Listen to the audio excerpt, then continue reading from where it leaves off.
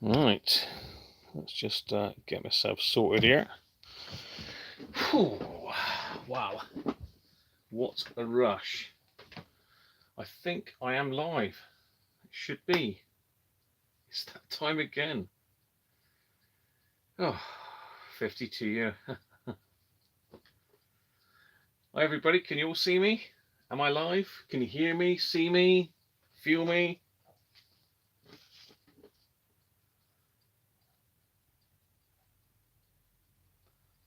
Yeah. Yes, I think I'm live. So who have we got on? We got Sean, hi Sean, Rob Mortimer, Gary Cooper, hello Gary, and Andy Beck, Rob Titheridge, Bill Battery Maker, €52 today. Happy birthday, Bill. Andrew Ausfa, how are you, Andrew? Tony, how are you? Cyberflyer, good evening, everybody. Hopefully, everybody's with me. Yeah, I'm looking at myself like, oh, Jesus, I've got to turn that off. That is pretty scary. Anyway, I've got my oh dear t-shirt on today. It's looking a bit spray on today, actually. Oh God, I've never eaten so much food. Literally just got back now, pretty much. Evening, Superbike Rider. How are you, Clive? I think, isn't it? How are you, Clive? Yeah, been down the local village hall today for the annual Christmas meal.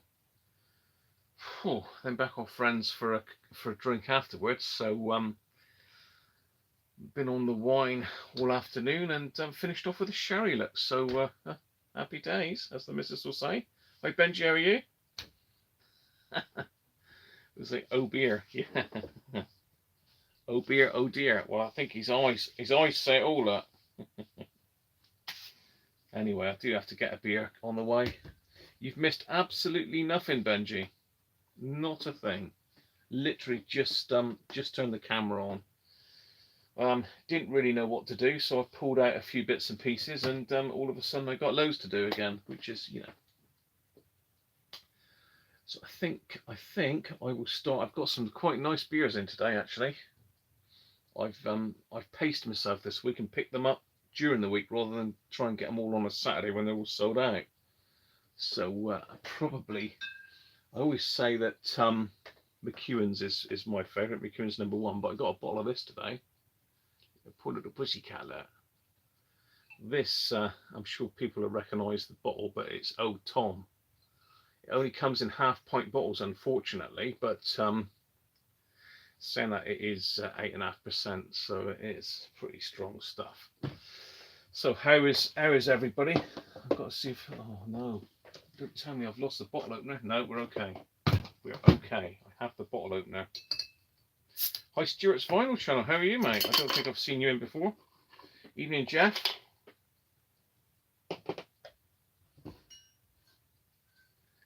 Oh Tom.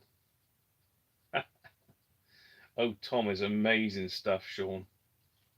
I do like my dark beers. But you know, it's not a beer channel, it's a radio channel end of the day, but I mean the only disappointing thing is, I mean, look at that. It's hardly worth it, isn't it? It's like a shot almost. It's like a shot glass. What's all that about? Why can't Robinsons do it in a pint bottle? Ah dear. So what have we all been up to then? I've been pretty busy this week. I've managed to get that Grundig Yacht Boy done. I got it all up and running. It works now on all bands well. The switches were a bit dodgy, that's why it didn't work very well on AM, but now it works fine on all bands. Sounds amazing. So that's all done and dusted at long last. So that's on its way back. You'd rather have tea, Benji? Well, I could have two, Tony. You are right.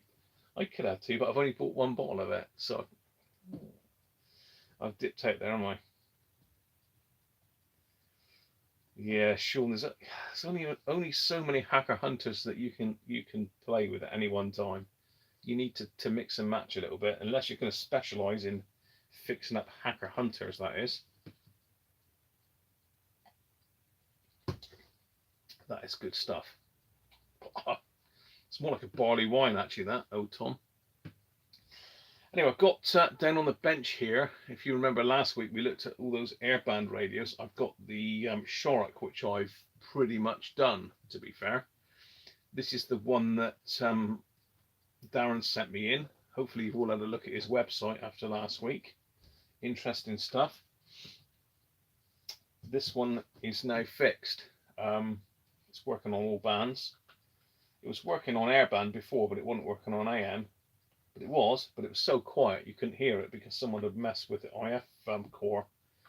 So now it is all on the way. Another B&B Sunday, beer and bouzouki. I've got some bouzouki lined up if you need it. If anyone needs bouzouki, you let me know. But unfortunately, as a lot of you noticed last week, they actually took my video down because they don't like Zorba the Greek. Zorba the Greek is a thumbs down job. They hated it. So they actually pulled my video. So basically it was a 4-hour video. So I had to go into the video. Oh, I can't get into the video because it was a live stream. But basically I had to go into all the copyright hits and click on that one song and remove it. So basically they rerun the whole video through and they pick up any parts of that song and bleep it out. I don't know what they do, but I've not listened to the video back, but it is back up there now. Yeah, cheers, Rob. Yeah, the part 2, if you haven't seen it, of the Sony ICF SW77 is out there. And I think it has to be out there really because before I did that, I did a lot of searching on people repairing those. And there's lots of like 2-minute clips, 3-minute clips, but nobody had really gone in depth of how they'd actually repaired it, how they changed the caps. So hopefully that'll help some of you that have got those radios. Because at the end of the day, if I can do it, I would think a lot of other people can do it. And I've got another one down there to be done. Next up on the bench is Tony's Zenith that we saw a while back. The Zenith in the leather case. And then we've got the SW77, the second one in to do. So plenty. Bill's working on a Hallicrafters S39. They do look nice. There's some sugar-free bouzouki music. Hi, Mike Radio Station X. A new way. You saw that, did you? Yeah, literally, you just grab a mode with the pliers, a decent like pair of grippy pliers, and twist them until they come off the board. It's scary stuff, but to be fair, it looks like the pads and the board are much stronger than the actual legs of the capacitors, which, you know, being it's not my own radio, it was a bit scary doing that. Yeah, do the twist. Yeah. No, I thought I'd get that video out there because I know quite a few people have been waiting for that one. As I say, at the moment, I'm absolutely flat out with repairs. So I've done the Grundig. That was done. It's boxed up, ready to go back, and sending the owner back the original as well. I was going to send it back on Friday, but unfortunately, Coco, our chocolate lab, decided on Friday that he was going to snap his claw off, the tip of his claw.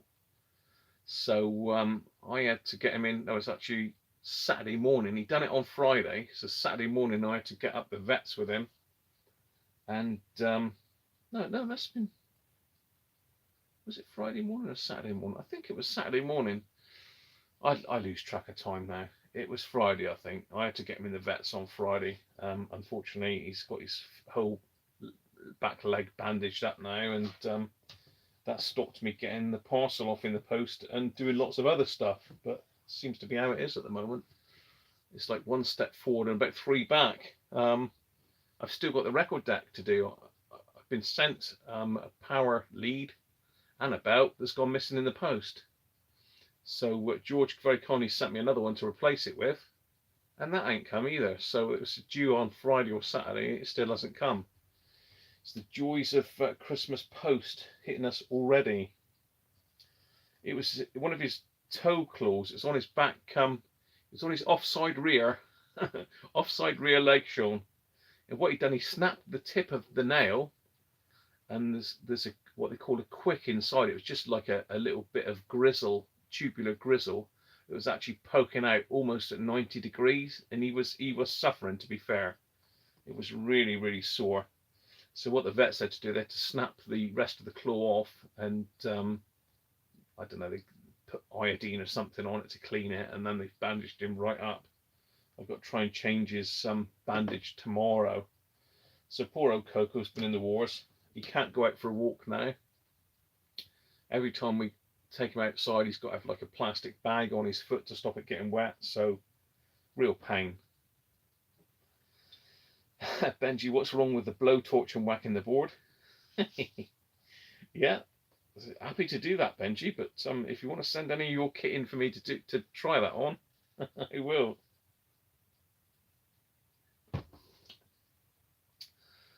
So that's pretty much what I've done radio-wise. So I've got the Shorak down on the bench here now. I've recapped this and replaced. I haven't replaced all of the transistors yet. There's one left in underneath this can now. Strangely enough, every transistor in this, all the AF116s, I think it is, they were all fine, no shorts on any of them, and this radio has been got at before. There's certainly evidence, there's broken traces on the back that have been bridged with wires, and I think all those transistors have been changed. But I think what they've done is they've taken out the old AF116s and they've put new AF116s in.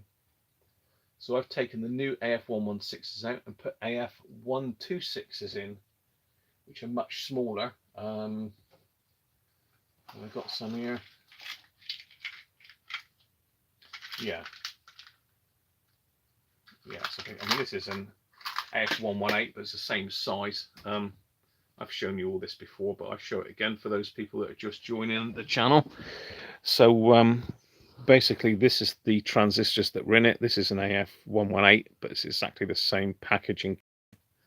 I don't know if that's in focus or not. Is it in focus? No. I don't know, it doesn't want to focus. And this is the AF126s that I put back in. They're a bit of a stretch, to be fair, but they will just about go.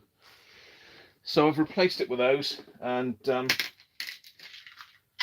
it's working fine. Now we did get aircraft band working last time.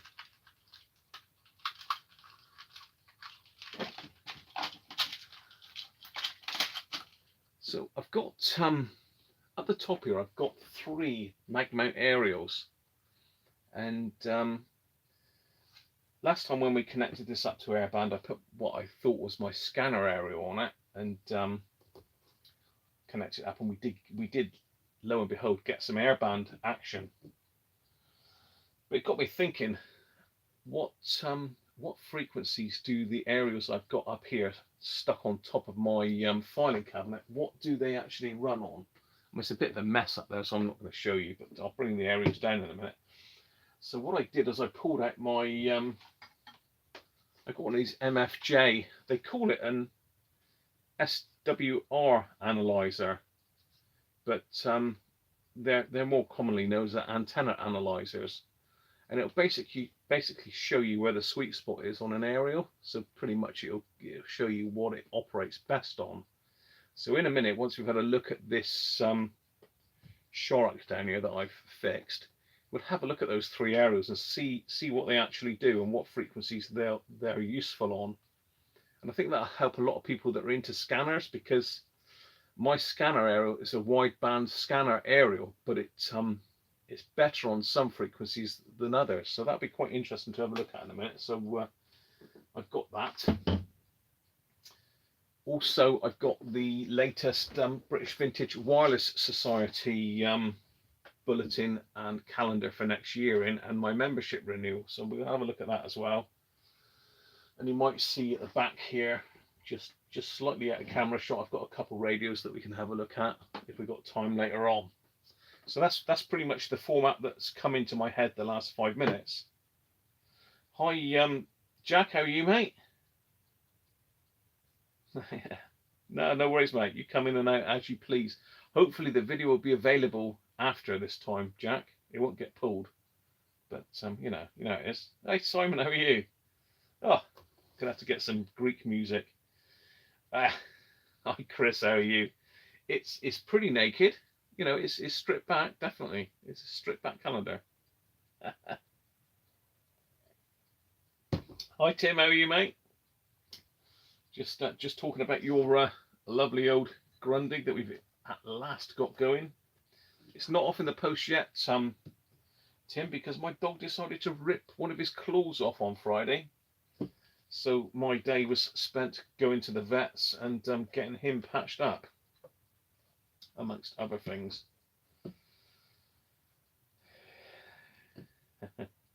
Yeah, I'm sure you switched off last week, Simon, didn't you? Once I got that bazooki out.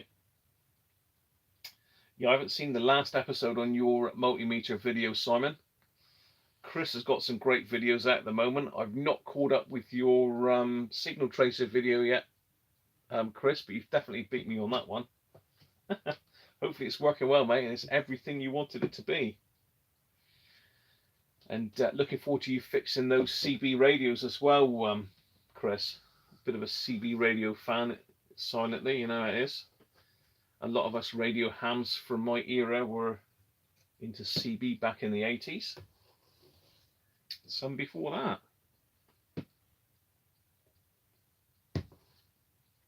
So all of you that are into radios around my age must have been on CBs at some time. Gary knows all about the good buddies.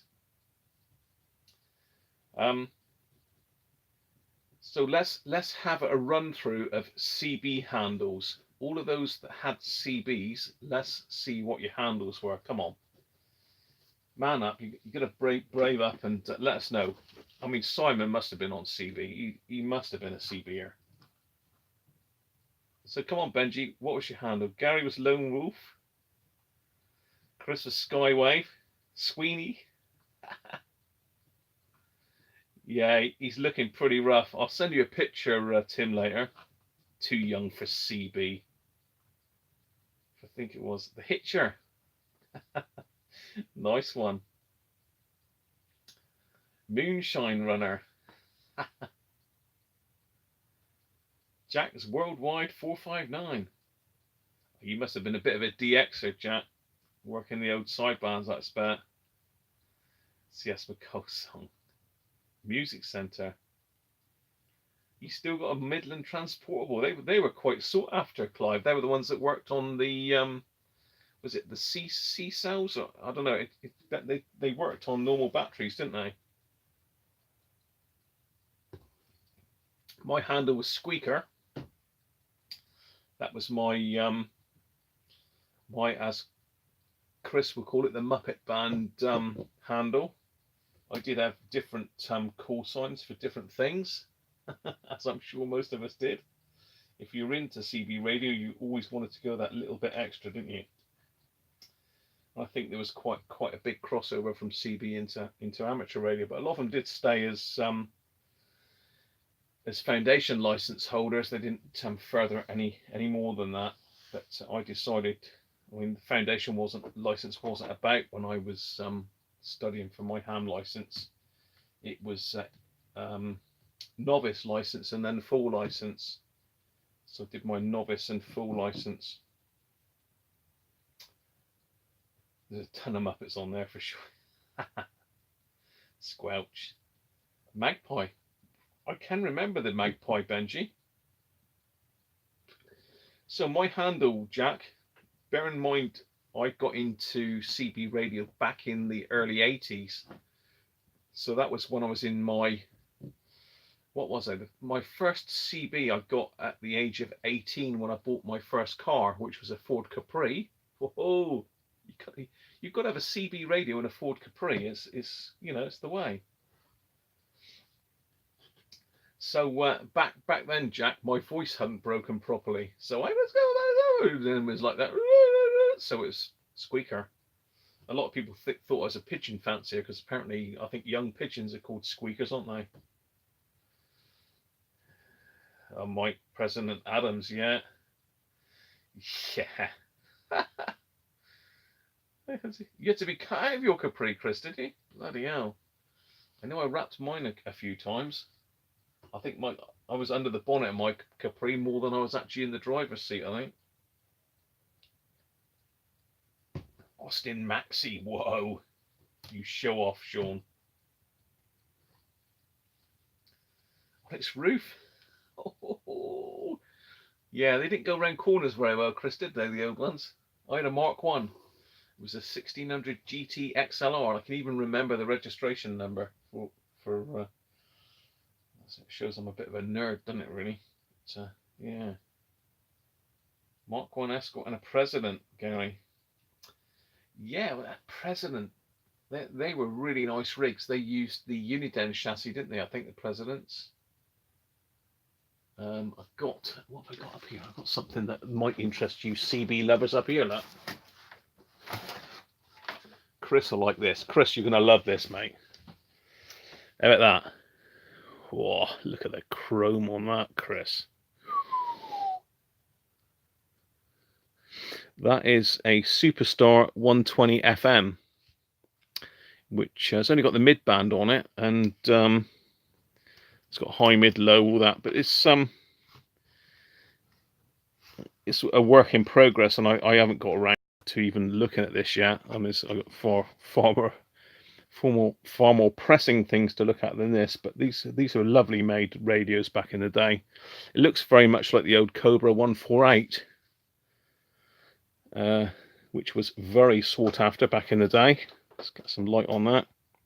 So I'm sure Jack will recognise that. The Superstar Cobra, both Uniden chassis. I don't know if you can see that. Nah, the camera doesn't seem to want to focus today for some reason. I can sort of tap it there possibly. Okay, it's just no. There we go.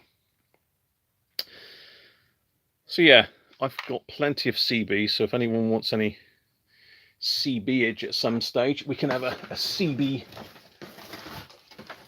revival day if you want. I've got loads of them, so quite a collection of CBs.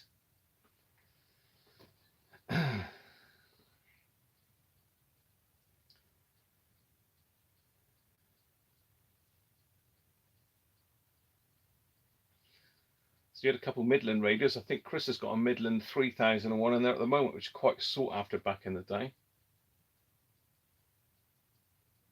Ford Falcon Future. I don't know that one, Jack. Yeah, that wasn't a girlfriend. It was your XYL, wasn't it? No, your seat cover, Gary, wasn't it? Your girlfriend was always called your seat cover.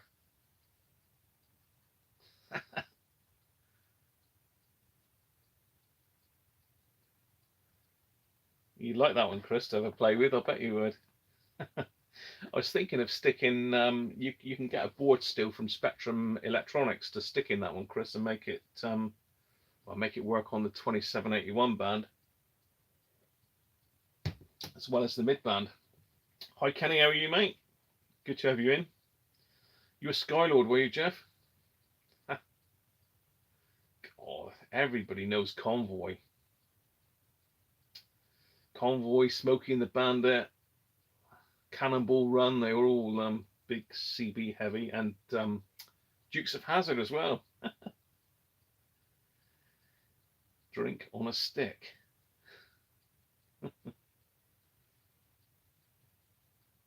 Yeah. Hello TX40. I mean, I've got a couple. I've got an Icom CB up there. I've got a horrific Fidelity radio. I've got a couple handies. I've got loads of CB radios knocking about here. I've got a stash of about 9 or 10 behind me on the floor. And I've got a couple over there as well. So yeah, it's very heavily into fixing CB radios for people as well. That's one of the reasons I got into fixing radios, really, was through repairing CB radios that had been blown up or twiddled with, the old screwdriver experts. Plenty of those about back in the day. Pace is always good stuff, Kenny, yeah. Drink on a stick as a girlfriend, isn't it? Yeah, we used to call them seat covers, I think. Your seat cover with a girlfriend. Good to have a rig test. No C&W, Benji.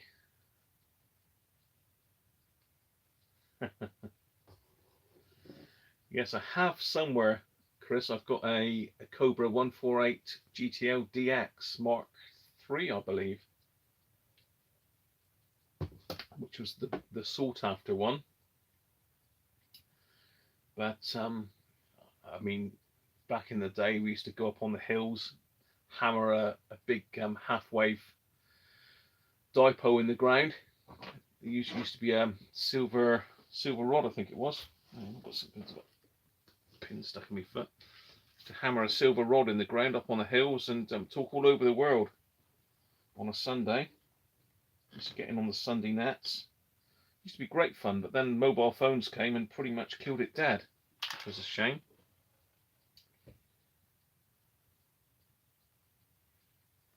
Yeah, I've got the screwdriver guide here, Gary. 34 degrees? What, centigrade or Fahrenheit, Kenny? I think you guys work in Fahrenheit still, don't you? We're probably about 10 degrees centigrade over here at the moment.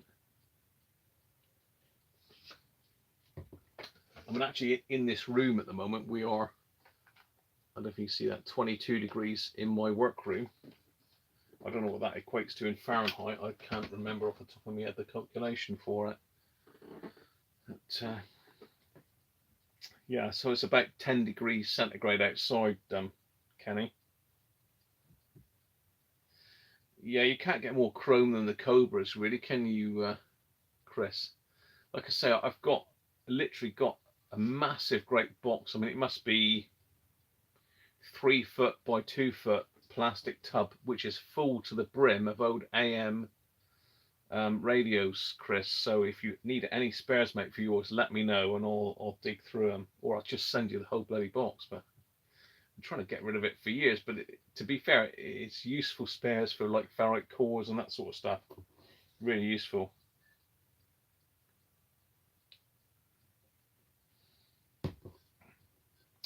5/8 wave antennas were the way to go. I had a massive great stereo up on my chimney pot by the Sigma 4 to start with. Anybody that knows, I think it was a 3/4 wave, the Sigma 4. It was absolutely massive. It's like a spaceship had landed on the bloody chimney. It was hell of a weight. But I think I ended up with a stereo 5/8 wave in the end, which was the best stereo I ever had, to be fair. Fire stick, good, yeah. Antron 99's popular. I used to have a DV27, the original DV27, not the newer reproduction one, an original DV27, and that was a lovely aerial. In fact, sacrilege, I can remember actually drilling the boot lid of my Ford Capri and putting that in. Actually drilled the metalwork and put it in. That's sacrilege, isn't it, really? God, Jesus. You get hung today if you've done that. Sean, are you getting bored? Are you getting bored?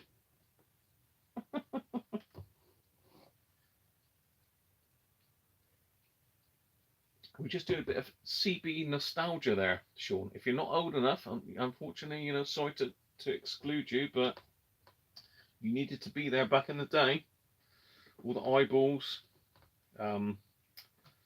fox hunts. Fox hunting was brilliant. I used to love fox hunting. You were Sean. Simon, you're just always controversial. Always controversial. Doesn't like Greek music, doesn't like CB radios. Look, dear, oh dear. Yeah, got to stop playing Zorba the Greek though, because that's illegal. Astron are good. Yeah, Astron's good stuff. Taste. Yeah, you got no taste, Simon. That you got it. You hit it on the head there. No taste.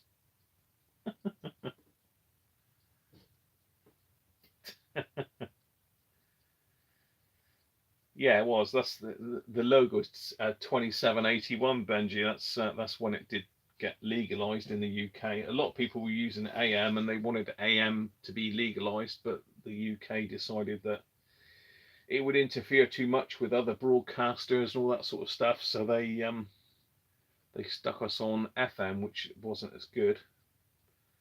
I mean, if you listen to an AM modulation, you listen to FM modulation.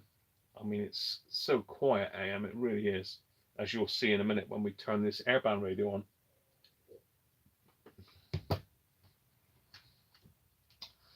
Who claimed copyright on Zorba? I think the whole world did, Rob. Yeah, I think the whole world claimed copyright on Zorba the Greek.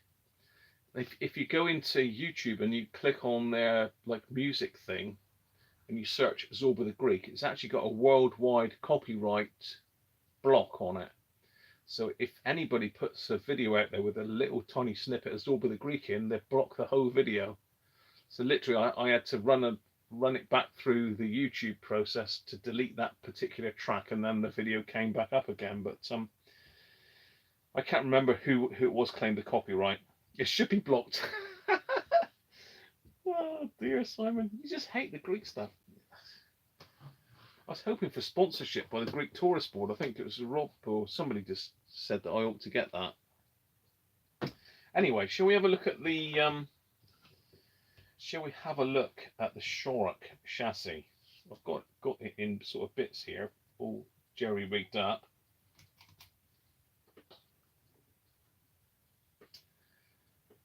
And Simon, if you are missing Greek music, I can get some on because I've got my little transmitter here ready to go. So you know, as long as it's not got a worldwide block on it, we should be all right. Anyway, let's get you down on the bench. I need to get another beer because I mean that is good stuff. But why half a pint bottle?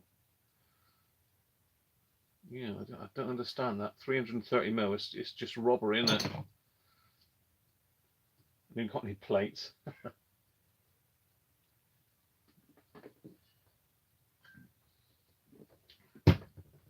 Right, let's get you down on the bench and we can have a look at this Shorrock. Let's get down. I'll get in a little bit closer. What's that noise? Sounds like the dogs are playing mummy up downstairs. Okay. So, yes, Benji, I do remember the 934 megahertz band. There was very few radios back in the day, Benji, that were made for 934. Never really took off, although it was supposed to be a really good band. But I think, from memory, the radios were very, very expensive. So it's only people that were like quite well off that could actually afford to buy one of those. Most of us normal, sort of like day-to-day working class people couldn't afford that sort of radio. But K9 Poo, Bill, yeah, excellent. You can still have that handle, Bill.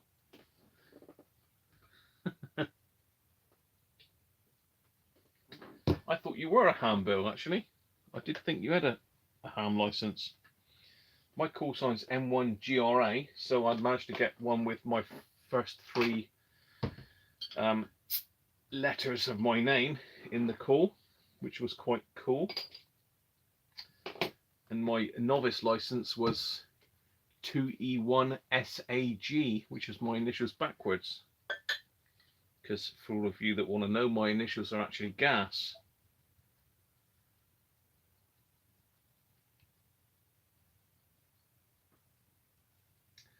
M0KLF.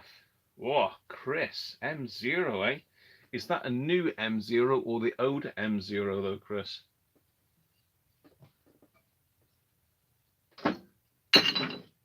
Because the old M0s had Morse.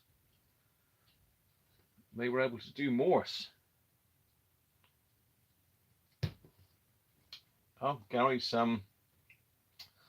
is that novice or intermediate license, Gary? Were you a novice or were you intermediate? Mike's M0RRQ. So we've done the CB handles. We're now going for the amateur radio. So you intermediate, Gary. So that's the newer license, isn't it? So you've done foundation, intermediate, and then it's what do they call the full license now? I can't remember. Yeah, you must have done some Morse, Chris.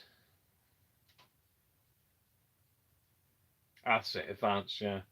Yeah, so I did my novice license, which gave me 2E1 SAG, and then I did my full license, which gave me M1 GRA.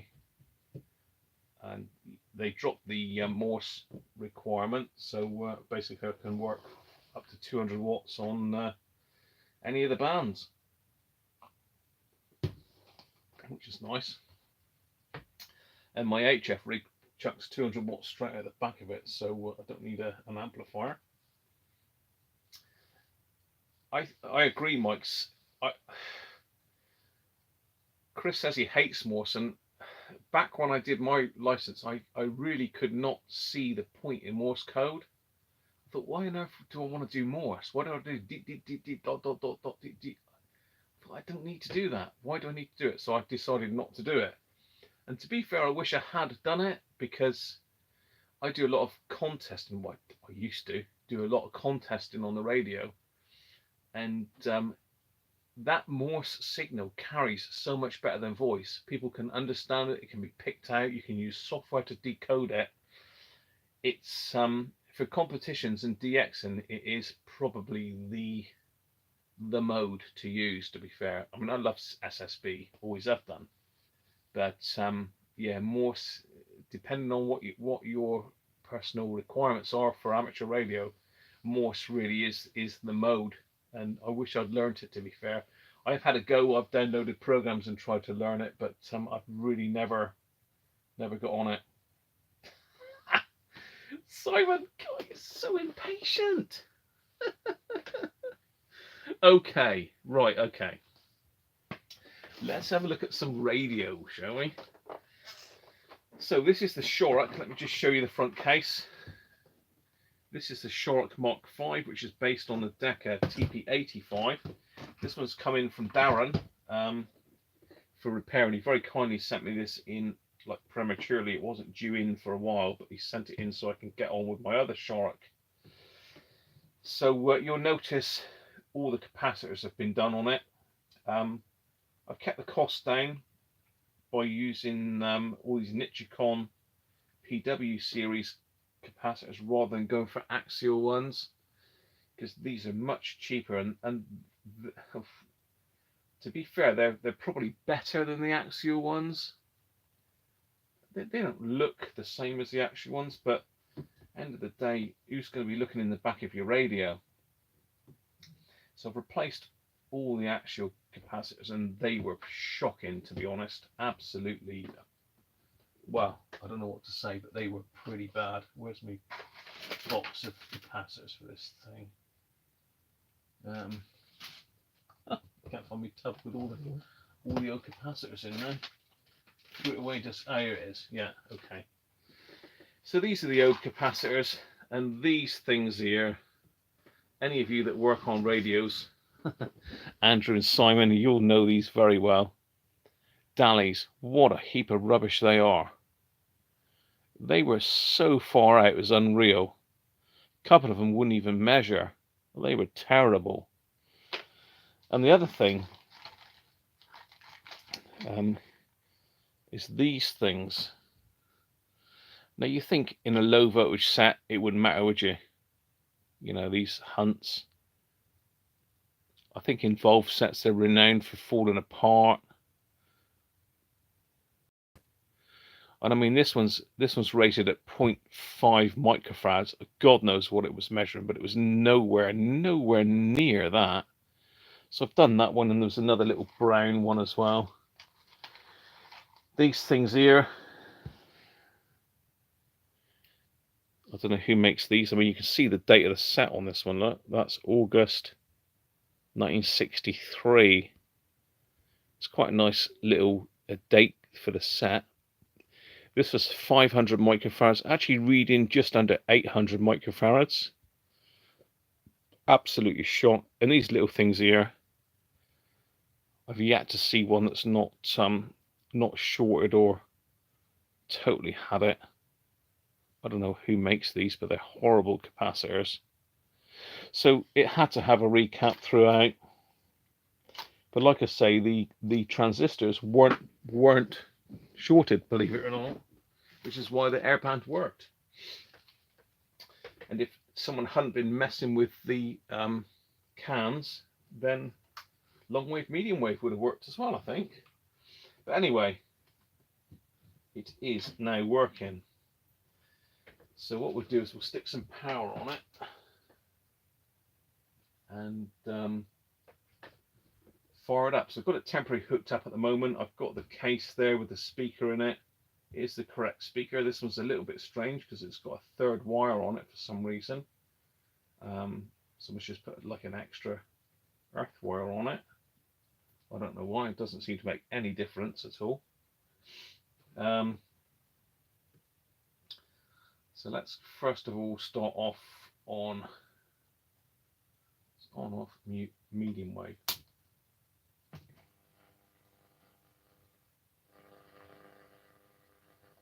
So let's have a quick tune around.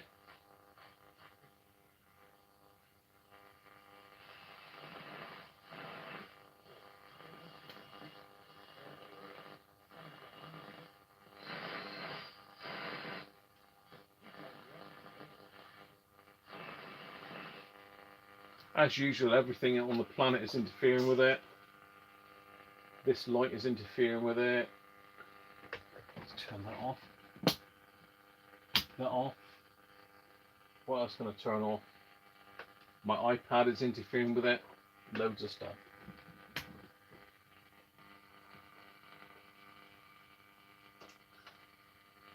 So we'll have to pull up the interference for a minute.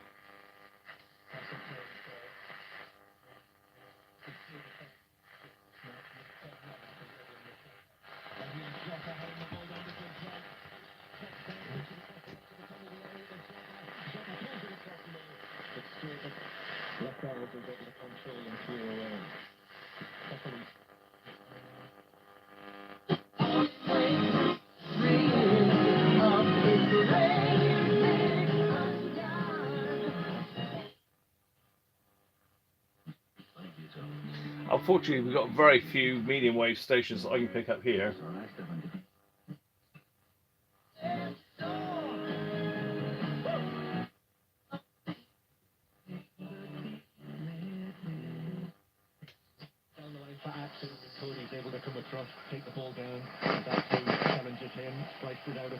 So that's medium wave,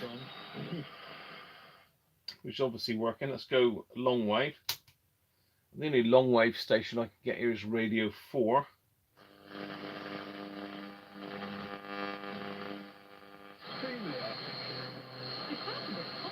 And long wave doesn't like this light, as you can hear. Lovely. You buy an LED light thinking it's going to cause less RF, and it causes more. Lovely. Anyway, so it is now working on long wave and medium wave, and when I initially fixed it all, I thought, well, I could just barely hear long wave and medium. Something is really wrong. I thought I'm going to have to go back through and do fault find the whole blimmin' radio, but what it was is this can here, which is the last IF transformer for medium wave, or for AM.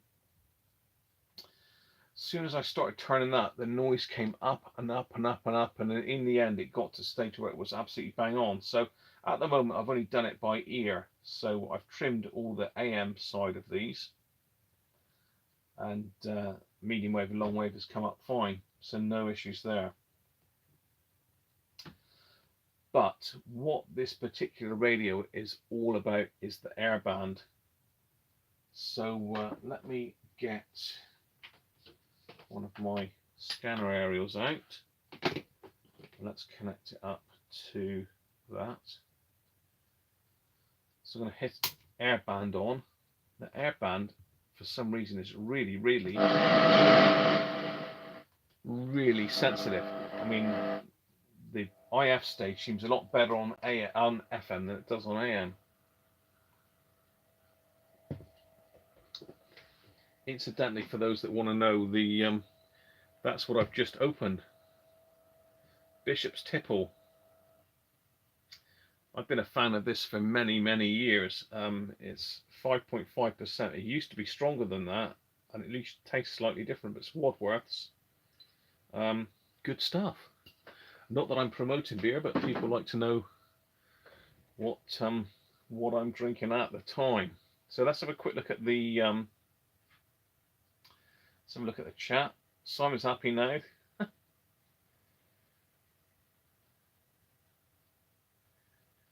Yeah, they're crap, Simon. You're right. Definitely. Dallies. Yeah. Satanic.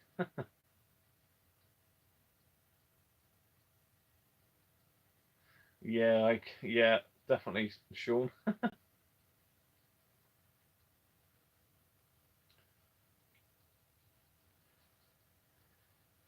So, Radio Force 198. Yeah, you're right, Simon. That's about the only station we can get on long wave now.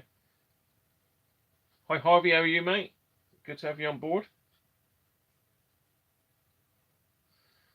Okay. Yeah, Airband is AM, Simon. You're right. This radio's had the FM guts of it taken out and only works on AM for VHF. So, without further ado, let's have a tune through the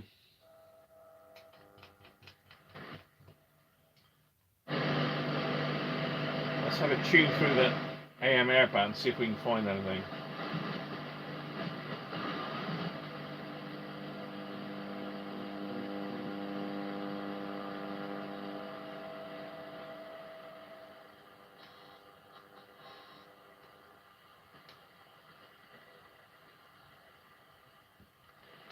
Absolutely nothing. Excellent.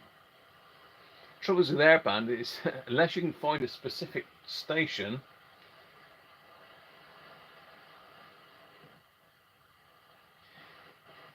There is a French station on longwave if you're lucky, Benji, and you can also get some RTE, which is Radio Ireland, on it as well if you're lucky on a good day.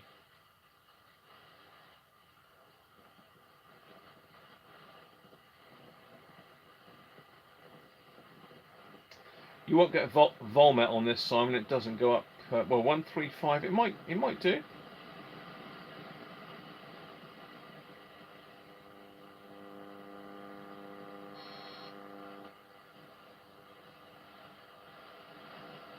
The problem is aeroplanes don't continuously transmit, so you've literally got to fiddle about like this until you hear something, and then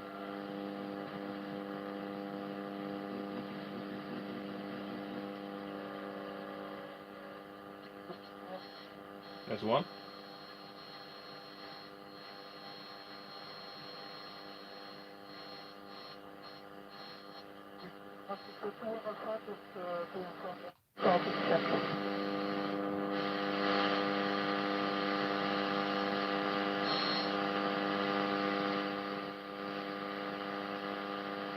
Definitely.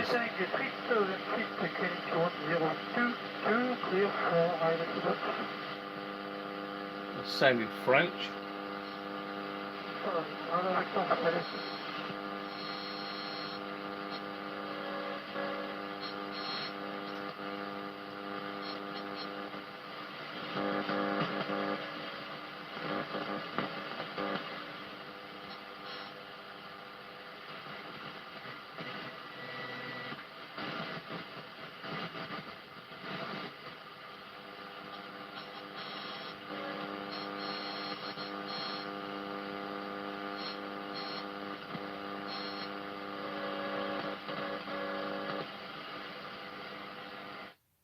Ideally, what you're looking for is a plane that's up in the atmosphere, like fairly local to the southwest, which is not that likely because we've not really got any big airports around here. The nearest airport to me, I suppose, north is going to be Exeter, south is going to be Newquay. So really, Exeter or Newquay is the frequencies I need to be looking at.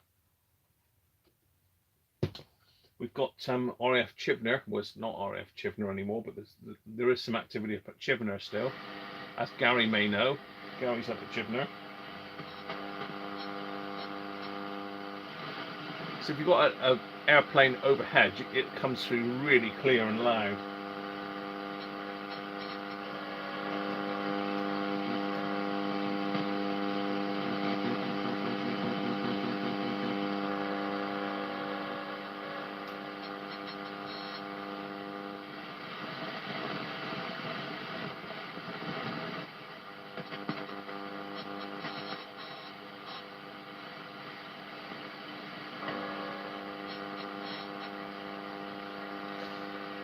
We'll have a listen for a little bit longer, just to see if I can get anything anything decent up. So what are we doing on RT Ireland?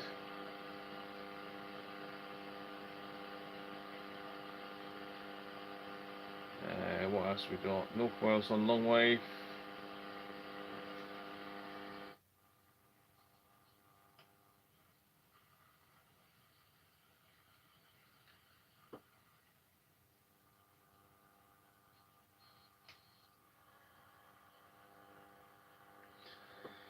Do they still operate helicopters out of Chivener, Gary? I think they used to do the search and rescue from Chivener. Do they still do that out there?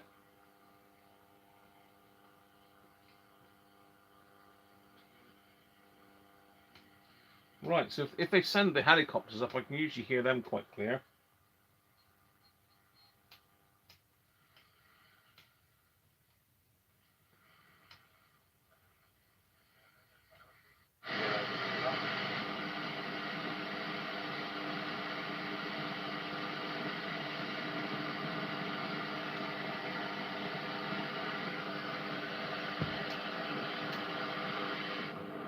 This is about the only station that I'm receiving at the moment, and that's any good.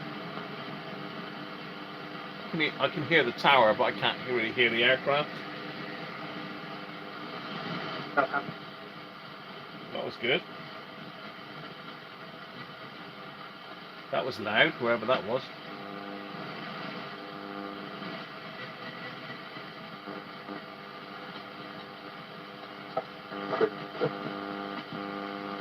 See, they keep coming and going. There's a good station there somewhere. Around there.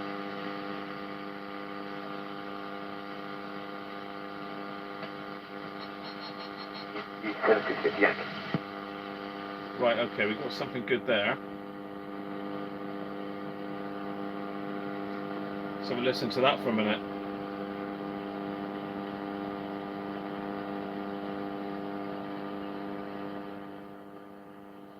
It is for what is was a fairly basic radio back in the day. They've modified it, and it's amazing it picks it up. To be fair, and the other one definitely still doesn't. So I don't know. The problem is, Gary, is I can't see from this radio really what the frequency is, because I've taken the whole scale and that's come off the front of it, so I really don't know where I am. So there we go, it is working.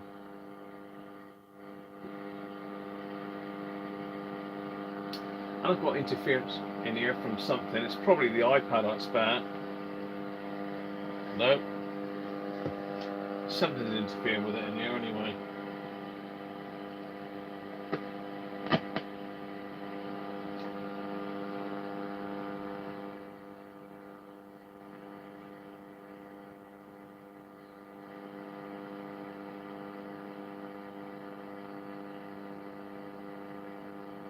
Hi Paul Taylor Jackson, how are you, mate? So I think that's enough of airband now, unless anybody wants me to mess with it anymore. It's annoying, isn't it? Just hearing a like buzz all the time, just a buzz.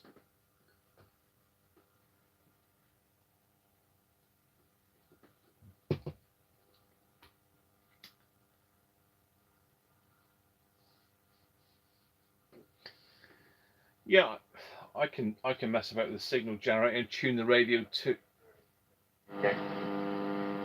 They keep coming and going so quick. I can mess about with the signal generator jack and get onto a specific frequency and wait for something to come in, but it's like waiting for, I don't know what do you call it, waiting for something or other that never comes.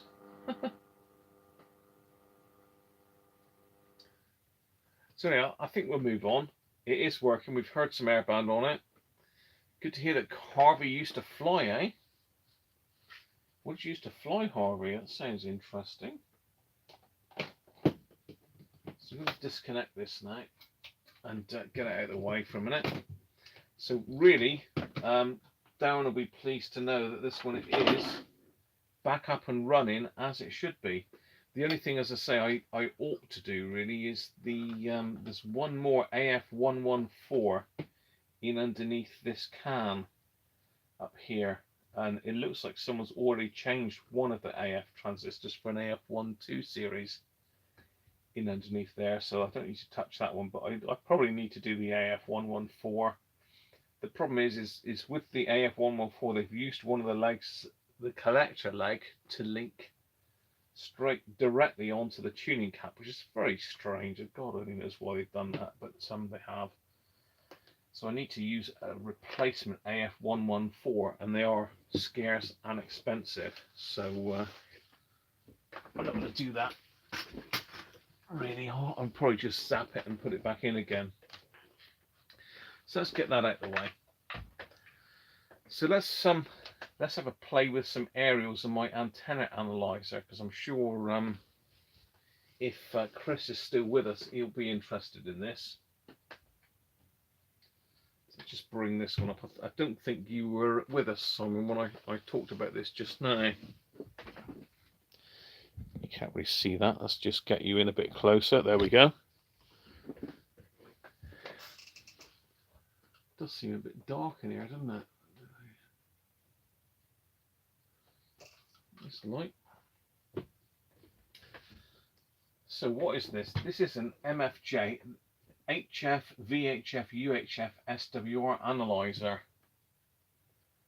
And basically this, those of you that have got SWR meters, let me just grab one so I can show you what I'm on about.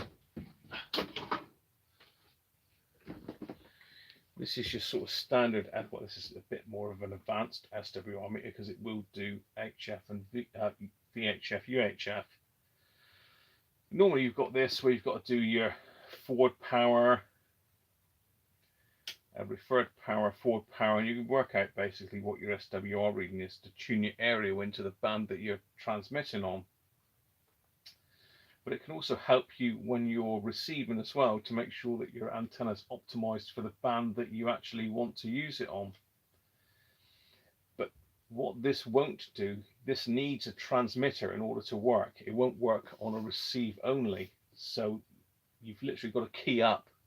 You've got to transmit into this to work your SWR on the aerial. On this, you don't need to transmit because it's got a built-in oscillator already in it. So you do not need to transmit on this to actually work out what your aerial is doing and what bands it works on. So I'm going to bring 3 aerials down here now that I've just got on the bench. I might need to zoom out so you can see these. These are just 3 mag mount aerials that I've got randomly stuck on top of my filing cabinet. Let me just see if you can actually see those. No, you can't really, can you? Let's zoom back out a bit. You can see the bases there. So we've got this little one here, which is quite a short one. So again, the smaller the aerial, the higher the frequency in general. Doesn't always work because we've got some ones like this aerial here that's got loaded coil on it, spring mounted. So and then we've got this one here, which is the one I've been using on that radio, which has got two coils on it. This is a scanner antenna. So what I thought we'd do is we'll actually get these antennas on this antenna analyzer and just see what bands they're actually optimized for. Well, it doesn't look particularly healthy, does it? So this one, I don't know what this does. I think this is PMR, but I'm not 100% sure, which is personal mobile radio.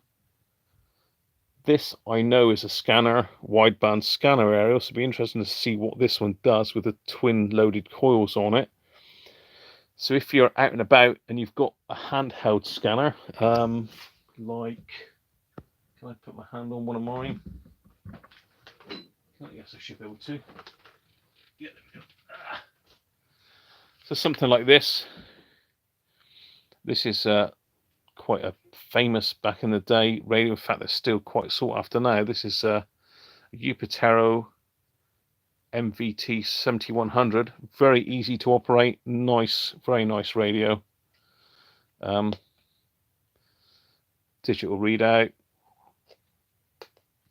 So if you've got that in the car and you've got that on the roof of your car, you're going to get some good airband reception or other whatever you want it to listen to, really. That'll work on the amateur VHF, UHF bands. 145, 433 bands, that'll pick up quite nicely. In fact, I believe it'll transmit on 1 or 2 of those bands as well. I think this is an amateur band radio, but I'm not 100% sure. I've got quite a few other mag mounts, but I just thought these are 3 random ones that I've got stuck up on the bench that I'll ever look at. So let me just get you in on the display of the antenna. What I call it, an antenna analyzer. They call it a... Is that too close? Have I gone overkill on that? Let's go a little bit out. So basically up on the top here, you've got your antenna connector, and I've just got it connected up with it's an N-type connector on top of here. This is just one of my many adapters. Let's get these areas out of the way so you can see what I'm doing.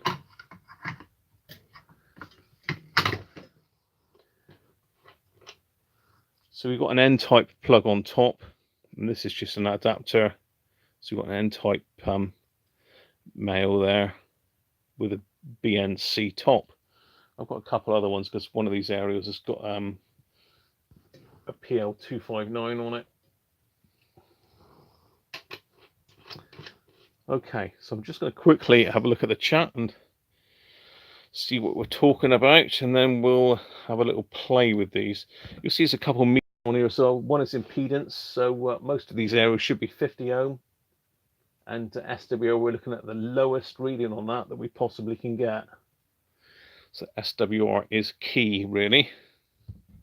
Let's get it up a little bit so you can see the whole thing. So have we still got Chris on board? Because I think Chris has had a play with this in a slightly different way with some software. Yes, we have. Right, I've missed out quite a bit of the chat here, so let's just pop a chat out so I can see it a bit better.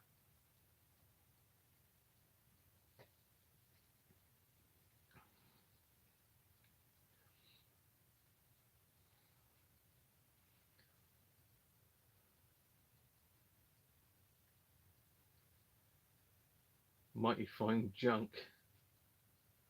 Yeah, we used to call it made of something junk. Jack, made of effing junk. The thing is, MFJ stuff, it ain't the best build quality in the world, but they do make bits of kit that are affordable, that do stuff that other kit doesn't do for the same money. Definitely, you know, you could get a proper vector analyzer or whatever, and you could pay £1,000 for something like that. I mean, these are quite expensive. This is an MFJ 269 because it's got the UHF as well, so it'll do up to 400 and I don't know. It'll do up into the UHF band. It does up to about 470 megahertz, I think.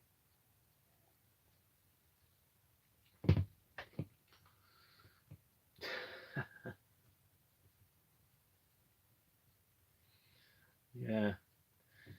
See, Chris, if you're mega into that sort of stuff, like analyzing antennas and that, then this is more of a ready reckoner, I'd think. But it's so much easier to tune an area with this rather than keying up a mic all the time and trying to work it out and keying it up and getting someone to key it and look at this and move the antenna and get someone else to look at it. This is much easier. So I'm going to get these areas back up on the filing cabinet here because they need a ground plane to work properly. This one here is a bit wonky for some reason. I don't know. So he doesn't like the fact I've touched it. So I'm going to get these 3 back up on the filing cabinet. We're trying one by one just to see what bands they're happiest with.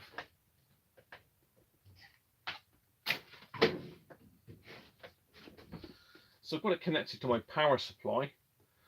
One good thing about these, you can use them out in your car or out in the field because this back comes off and they run on AA batteries. So you can just stick AA batteries in the back of one of these. you don't need it connected to power. But I'm going to stick it on power because I've got my bench supply hooked up. So it's 12-volt supply. I'll pop the power button on. You can see the display comes up there. So at the moment it's not connected to nothing, so both the needles are off the scale. And you can see here, basically you've got on the bottom, please get this up a little bit closer so you can have a look at it. On the bottom you've got two controls. You've got a tune control and you've got a frequency selector. So at the moment it's dialed in at 144 to 170 megahertz, which is in the airband range really. And I've got this on the top, it's got a UHF button here. Well, I've got that not pushed in at the moment. So, and on the display it's got various readouts. Well, the one we're looking for mainly is the SWR up on the right hand side here. Let's get that down on the bench, make sure you can still see it. Yes, you can. Right. So we're looking at pretty much at both of these needles. I can't get you down on the needles any better really because it's a rubbish camera setup. So there you go. Thanks, Paul. Glad you're joining, mate. You can set matching. There's different modes, Simon. You've got coax loss you can do with this, capacitance, inductance. It's got a frequency counter on it. There's a frequency counter connection on the top, and it's impedance. So the one that we're interested most is impedance.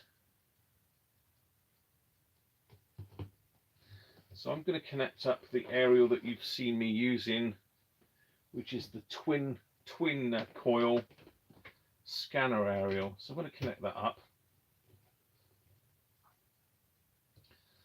So straight away you can see that this needle now has come right down and it's actually shown an SWR of 1.2.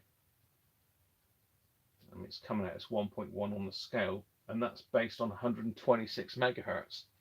So you think airband is about 118 up to about 140 megs, somewhere around there. I don't know if Mike or anyone else that's into airband can confirm that.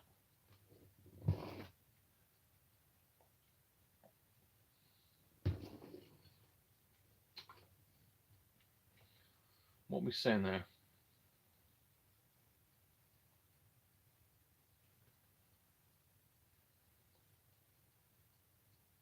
Yeah, someone's saying 116 to 137. So yeah, that's about right. So we're around about 120 to 140 roughly. So we're definitely in the airband there. 126 megs or SWR. If I turn this, you can see it. It's sort of peaking. Well, it's best down there at about 123 megs. So if I come right the way down to 111 megs is as low as it'll go, and I've got an SWR of about 1.7 on that. So it's perfectly usable down there. As I come up in frequency, you can see the meters dropping down.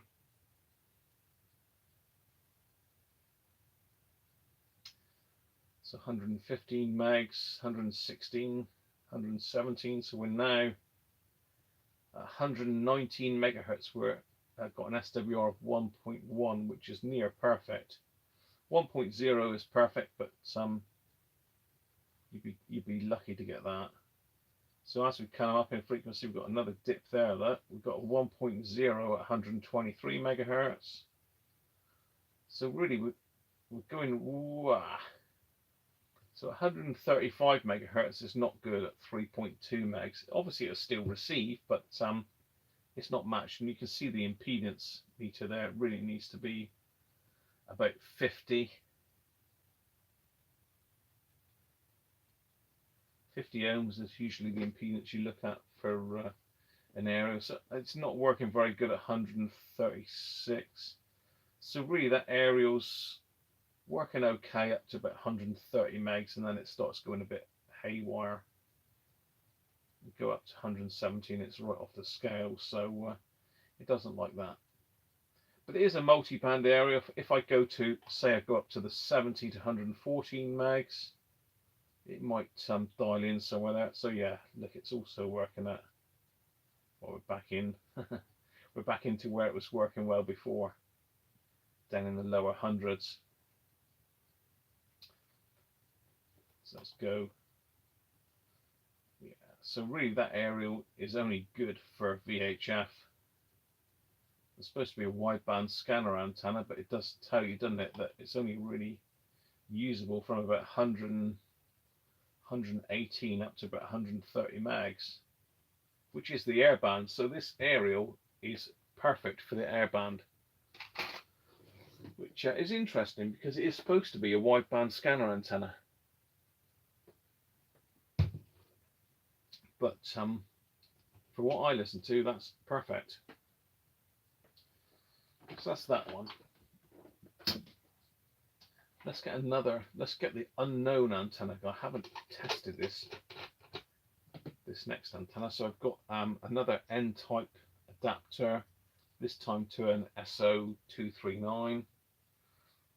SO239 is the female. PL259 is the male, I think.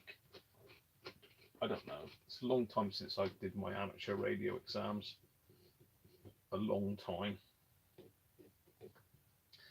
So I'm going to connect up the shortest of the two aerials now. I'm sure this is really exciting you all. I'm sure you're on the edge of your seats because of this lot. Let's connect that up. I would expect this radio to be somewhere in the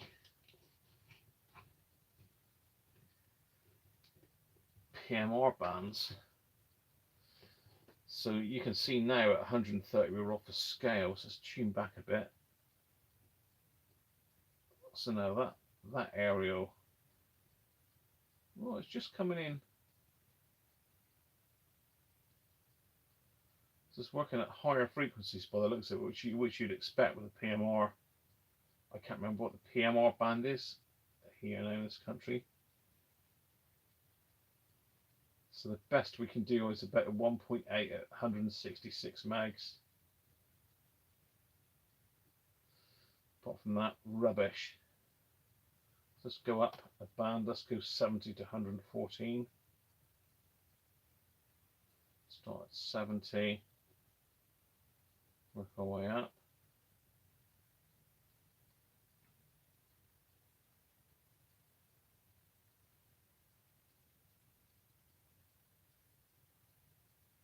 Okay, it's usable just about around about 92, 93. No, rubbish. It's not going to be, let's forget that. So let's pop the UHF button on now. So it's asking me to increase the frequency. Okay, so we've got it usable around about 460 megs. And I think, I can't remember, to be honest, it's a long time since I've done any scanning. But I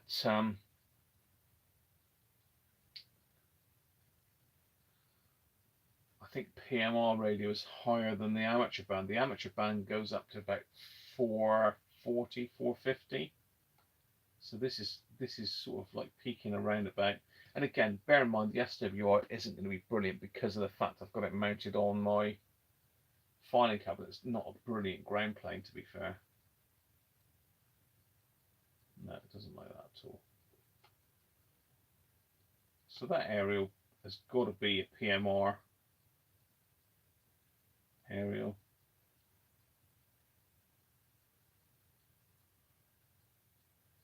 In fact, it would work. It would probably work up in the, no, it's SWR3 up in the amateur band.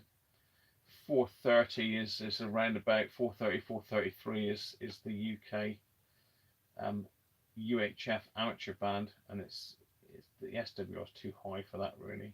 It would work. It would work down about 420, but 3 is too high. So it looks like it's centered around about 460 megahertz. So yeah, there you go, that's that one.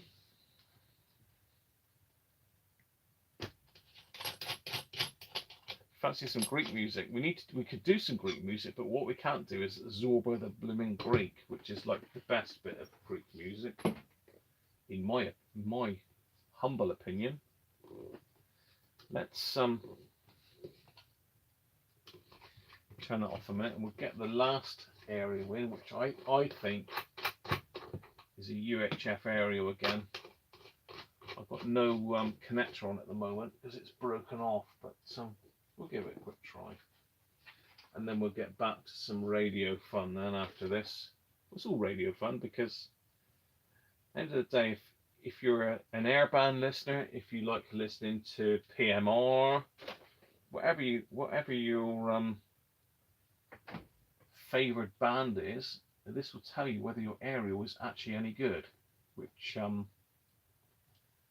the end of the day, you could be listening for weeks and weeks on a rubbish aerial and not hear next to nothing. And it could be just that your aerial was not matched to the frequency that you're listening to. So yeah, we can still see that, can't we? So let's pop the power back on again and we'll see what this aerial's doing. Let's have a quick look at the chat again. PMR 446. Yeah, that could well be what that aerial's for, Simon. It's better around about 460. So it's in the high band. Is it high band? High band VHF, isn't it? UHF.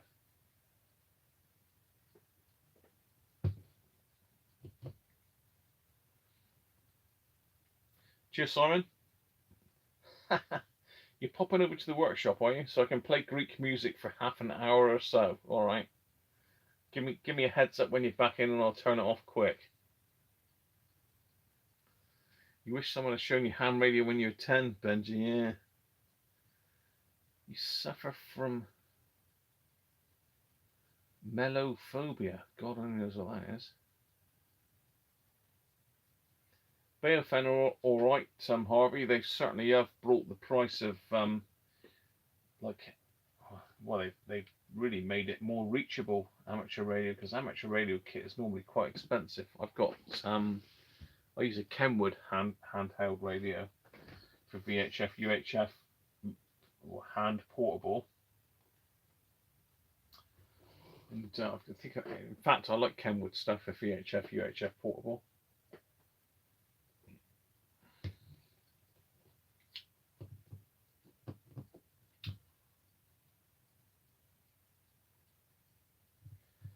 ICOM, yeah, ICOM is really good stuff, Harvey, to be honest. ICOM is my favourite brand of radio. And a lot of people are Yaesu fans, ICOM, Kenwood. Personally, for me, ICOM has it. I've tried all of them over the years. I just like the interface with ICOM. It's a little bit like cameras, isn't it? I like Nikon cameras. A lot of people like Canon. Well, it's really Canon and Nikon these days, isn't it? But it used to be Pentax and God knows how many other ones. And I personally just like the way that they work, the Nikons. So it's a little bit like that with amateur radio. My ICOM 7800 is the best amateur radio I've ever owned, and I ever will own. I will never need to ever buy another amateur radio now. I've got everything that I need. I've got Yaesu scanners, I've got AOR scanners, I've got loads of stuff. Like I say, one day we'll do a live feed on the amateur radio stuff if anyone's interested in that. We can have a run through, maybe even have a couple QSOs of people.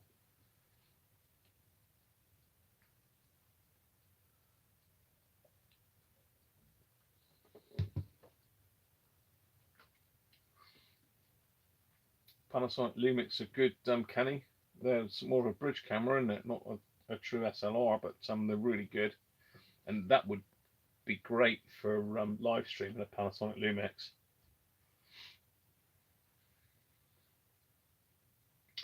Hi Marky, how are you, mate? Thanks for joining us.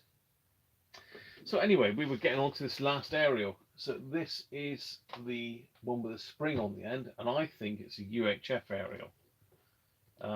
And we've got a visual indicator here as well. SWR, so it doesn't like that at all, does it? No, it doesn't like that aerial at all. So that's obviously not a UHF aerial, so let's come off of that and go down to more VHF. Start down the bottom end.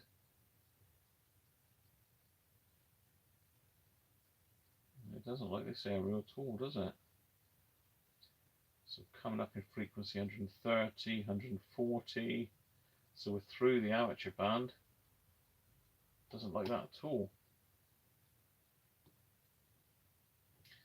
I suspect it's because it isn't actually plugged in the hole.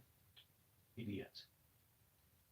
The problem is I've got no plug on this aerial, so I've literally got to hold the thing in. So let's go back to UHF.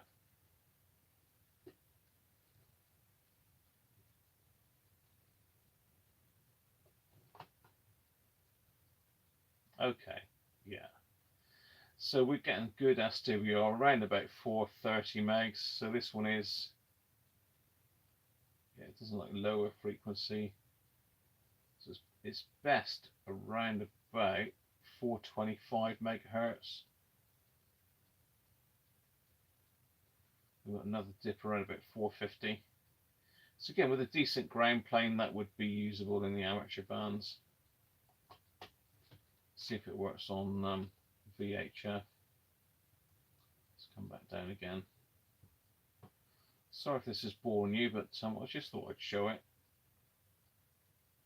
Just really, this bit of kit is worth picking up if you do a lot of work with aerials and you want something that's simple to operate.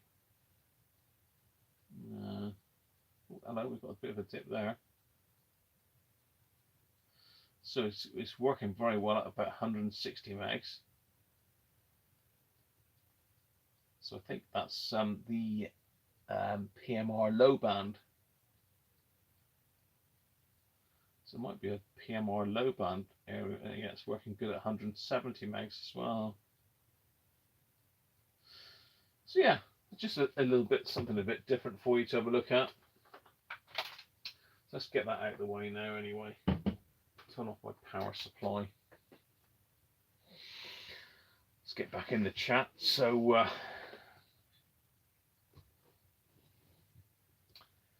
bad from you, sure.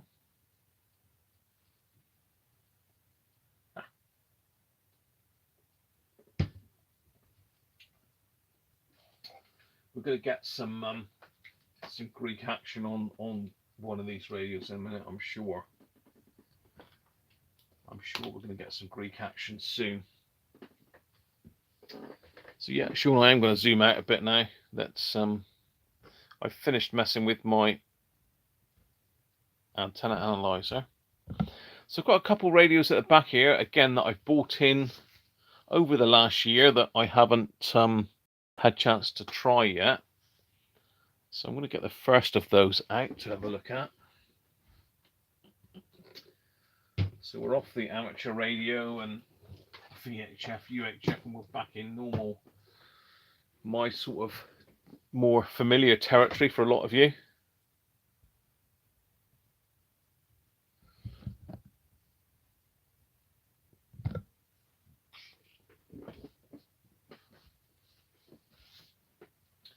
So I think our American viewers, Jack and Bill, Kenny, all recognise this.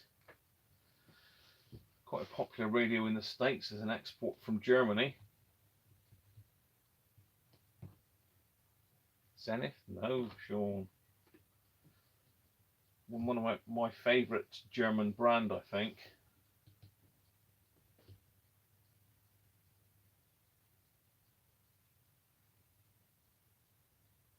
You see what that is?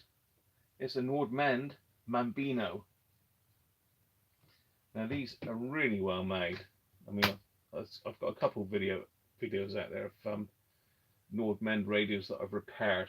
They're extremely well made, very robust radios. This one's unfortunately got a bit of a chip in the tuning dial. It's a long wave, medium wave radio. So it's very basic, but the build quality, I mean, it's quite a lumpy little radio. There's literally nothing to it as far as operation is, just a tuning dial, long wave, medium wave selector, and a volume on off pot. That's it. I haven't checked this one yet. Let's get the back off of it and see what's inside, shall we?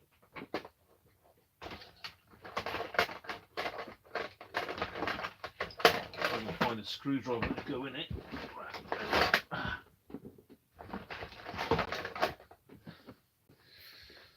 Nice big insulated screwdriver, just in case there's any high current in there, high power. Rated at 1000 volts.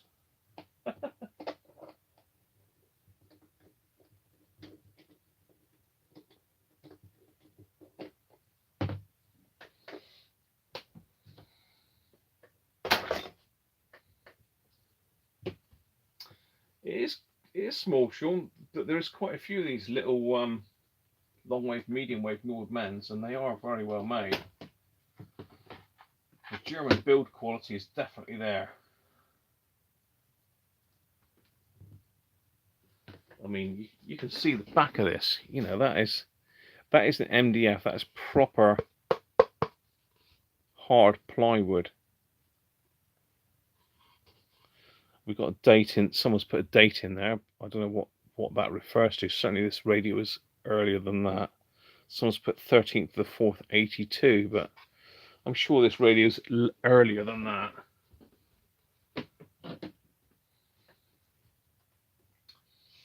Now, I don't know whether this is the serial number. There's trouble with these radios. They seem to have multiple numbers. Here we go. There we are. If you have a look in there, I thought it was earlier than that. We've got a date, 9th of September 1963. So this is just over a year older than me. But there's various numbers on it. Nordman, I mean, it's lovely built stuff. Proper airspace tuning cap, nice blimmin' old poly Varicon caps. We've got some. We've got one of these little babies in there. What is that? AF117. If you can see that, where's my thumb? There we go. Made by Volvo, not Volvo, Valvo. So we've got an AF117 there, which is not good news. We've got another one here, hidden away. That's another AF117. So that sadly means that this radio may not work. But we know what we can do if it don't work. If in doubt, give it a clout, isn't it? I'm sure it'll work. So this, from memory, it uses a strange module of two 4.5 volt batteries. But the battery carrier looks like it's long gone. I think there would have been like a block battery carrier that holds two of those. You used to use them with the old Ever-Ready cycle lamps, the flat 4.5 volt batteries. I haven't got any here, but obviously I can stick it up. You're back, Bill, yeah? That's woke you up, has it, Nordmand? Only 5 months younger. Oh, you're older than me then, Andrew. Yeah, I was born November 64, look, so it's a year and a couple months older than me. Swedish auto.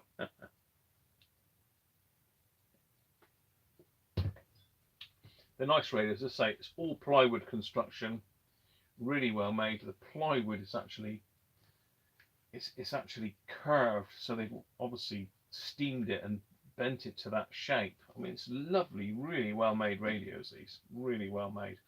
I know Andrew's a bit of a lover of German transistor radios, but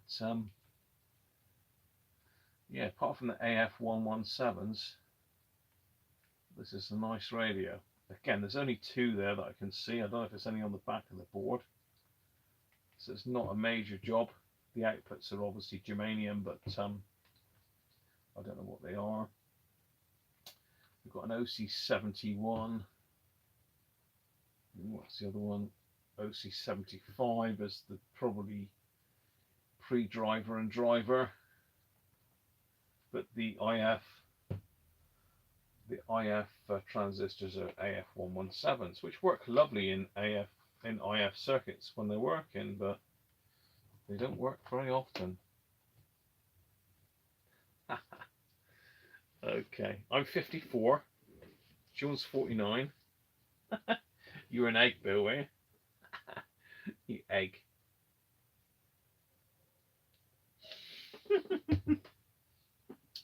Old gits, Sammy. 56, 61. To be fair, we ain't far off age-wise, any of us, are we really? 55. God, I'm feeling young. I'm feeling like a youngster, apart from Sean, obviously.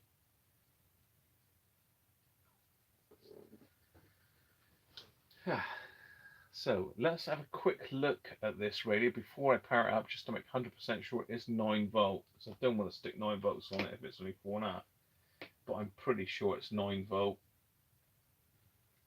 So it is, I don't know if there's a model number on it, it's just a Nord Mambino. Let's see what radio museums say about it. They're bound to know about it because they're a German site. Nord. And so I'm just typing this into my iPad. Mambino.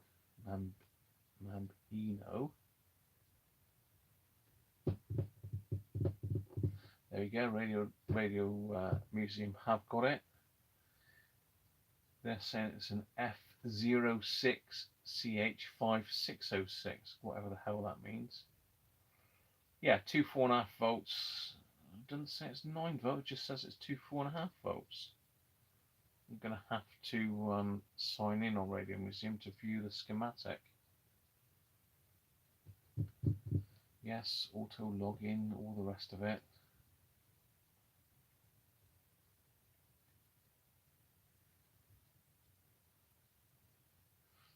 Mambino. Let's have a quick look at the schematic before I do fire it up. Why would it do that? Mambino. M-A-M-B-I-N-O.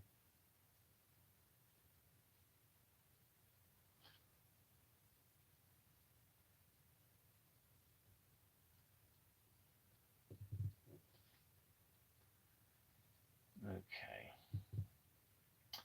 Mambino E06. I don't know where they get this. I've got a D06.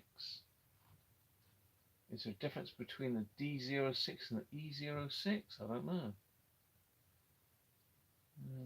Let's have a look at the schematic. Documents, schematics. I think I'm pretty sure it's 9 volts, but we'll just double check to be safe. That's a transformer.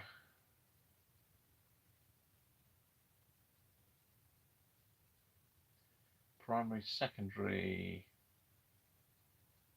No, that tells me nothing at all. Platine. I don't know. I can't understand this German language, unfortunately. One good thing is that the service manual is available for it, which is brilliant. Someone's kindly put it on Radio Museum. Okay.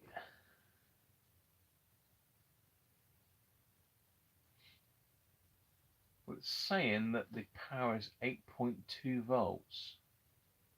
Seems a bit strange, but it uses 2 4.5 volt batteries. It's 8.2 volts. So let's knock that back to 8.2.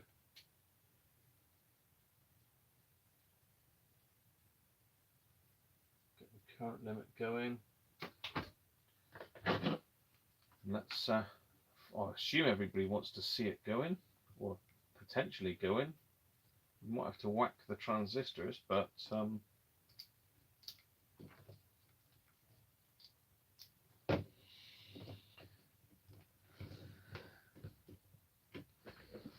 okie doke.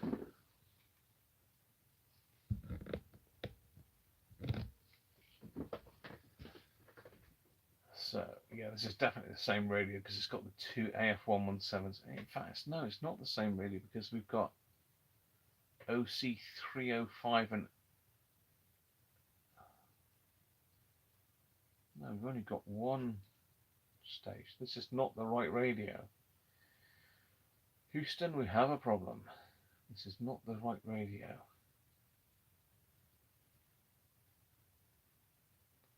So we need the Mambino D06 by the looks of it.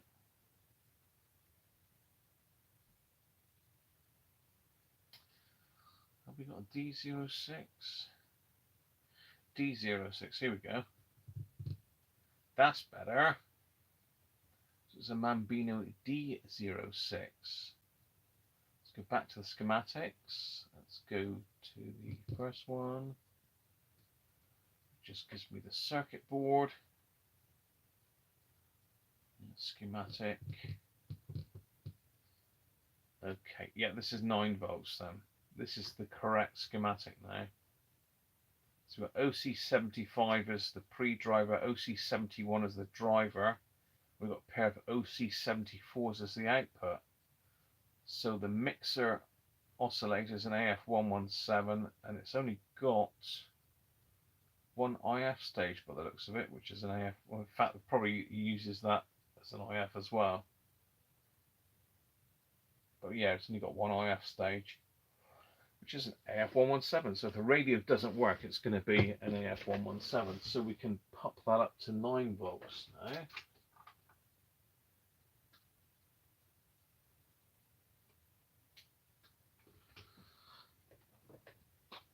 Let's get back to chat. So if we do want to power this up, you might say, no, Graham, don't do it. Don't power it up. We don't want you to power it up. Please don't stick no power on it. 47.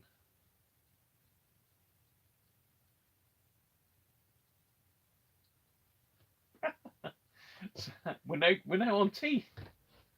We are now on teeth. I haven't got all my own teeth. I've got one crown. So I got hair. Yeah, I got hair. Crazy Benji. Benji's crazy.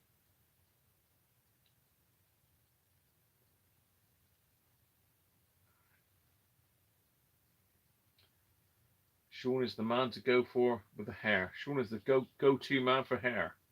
Hi Colin, how are you, mate? I don't know if I said hello earlier. Yes, Andrew, it's very much like the Transita.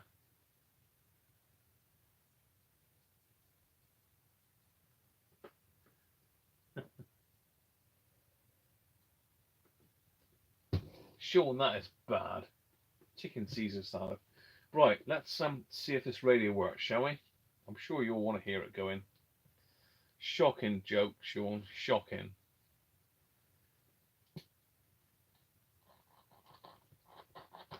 We've got some amplifier action there. Yes, I can hear it.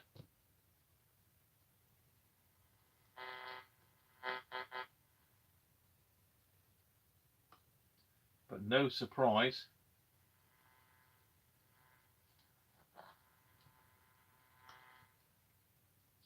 Not picking up a dicky bird. Let's go medium wave.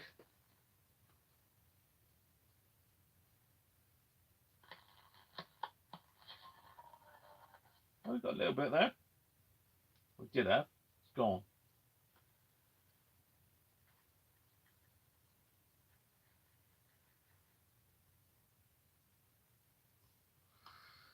Okay. So we've got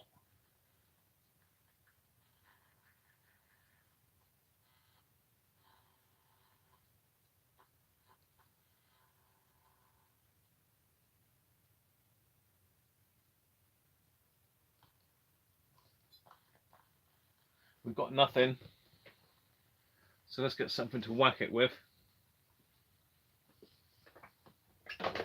Let's get my monster screwdriver. I'm going to give it a whack now. So we're on medium wave.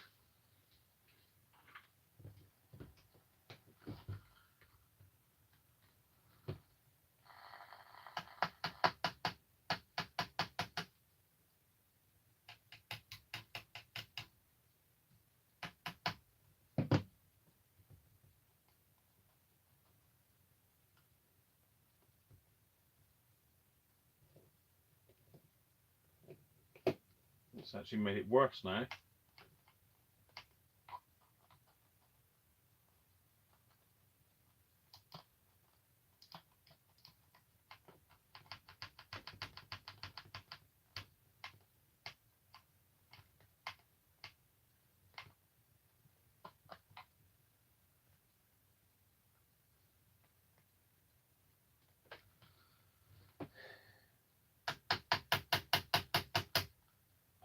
Ah.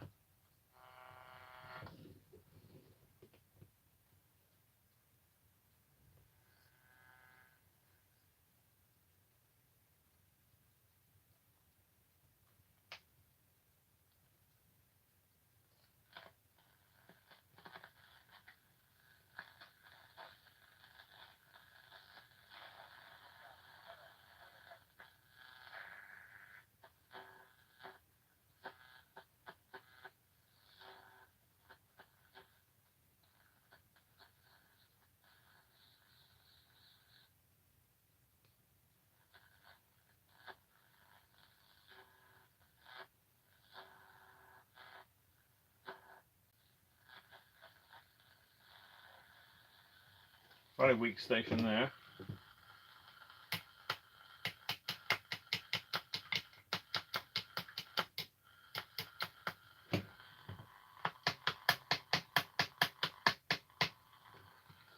If in doubt, whack it.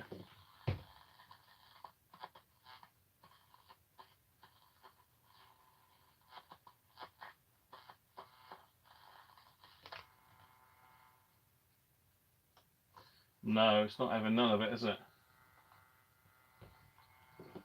Well, we've got to have capacitors go on in this as well, but let's have a quick look at the shield wire.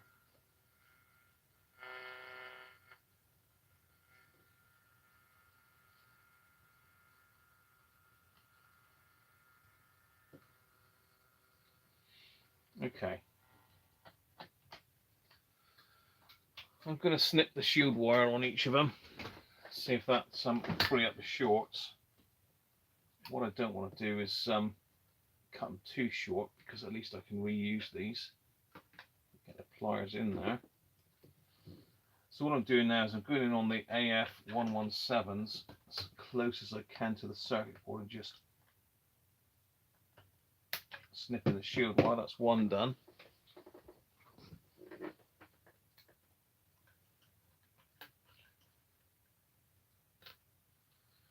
That's obviously the first IF, and the other one is going to be this one here. I'm going to make sure I get the right one. So the shield is that one down there. Hopefully you can see this. Apologies if you can't, but basically I'm just going in and snipping the shield wire off. It's only a temporary fix, you know, you wouldn't leave it like that. So that's the shield wires both snipped off both the AF117s. See if that's made any difference.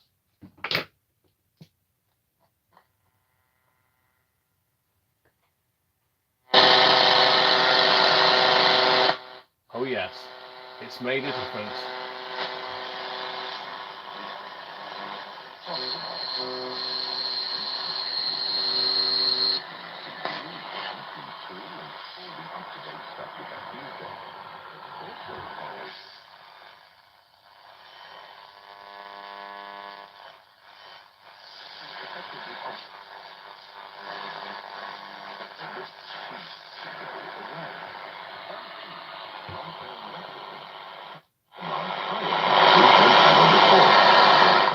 As you can hear, we have got volume. I've had to turn the overhead light off because it's interfering, as sort of everything's interfering with long wave.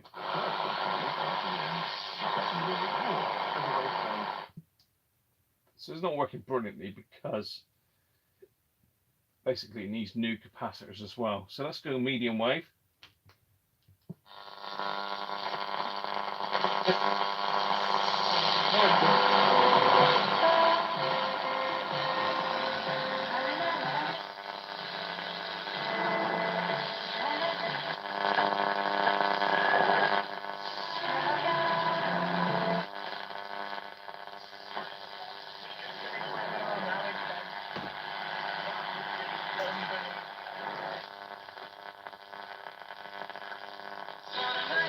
Back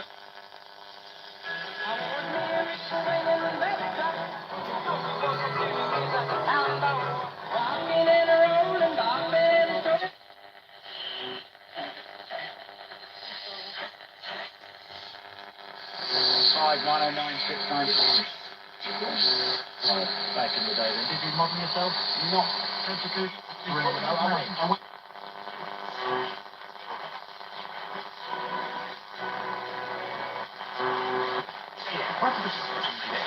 In the Mercedes-Benz A-Class, available from £269 per month. It's full of the latest technology. Just talk to it.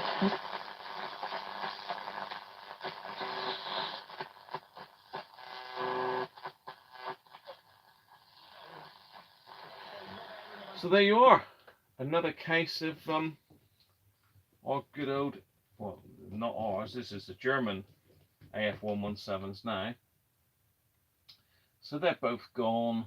I mean, these electrolytics are going to be well past their sell-by date by now. So, I mean, you could just leave them like that, I suppose, with the negative disconnected, but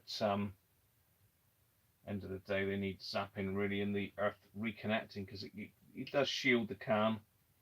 So if you need to know, obviously, that the shield wire is connected to the can of the AF117s.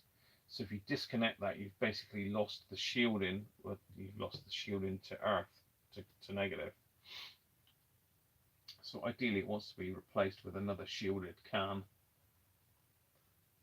So yeah, that's got it working now, which is nice. But yeah, these other capacitors will be dragging it down a little bit. They'll be dried out by now. But there's not a lot of capacitors in here, to be fair. There's 1, 2, 3, 4. There's 5 that I can see. Capacitors to change, and that radio will be back up and running. And as I say, I'm a big fan of these old Nordmen radios. Like Andrew said, the Transita, there's quite a few of these, Mambinos, there's a few different models. But that's a lovely little radio. I love these. I don't know what it is about them, they're just, the build quality is so good on them. They're built to last, and this'll outlast probably all of your Roberts radios. The build quality is a lot better. I wouldn't say it's quite up there with Hacker, but it ain't far off, to be honest.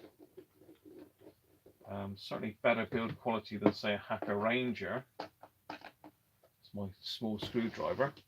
So there we go. That's the little Nordmen Mambino D06.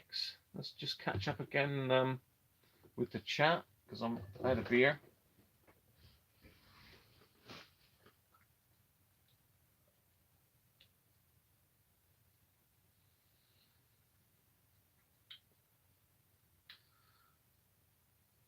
This dog likes eating chicken.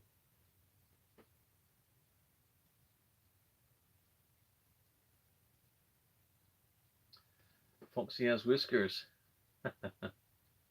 So does your ex-wife. Oh dear. Nice one, Mark. Describe Radio Cruncher in 3 words. What? Who's a guru genius?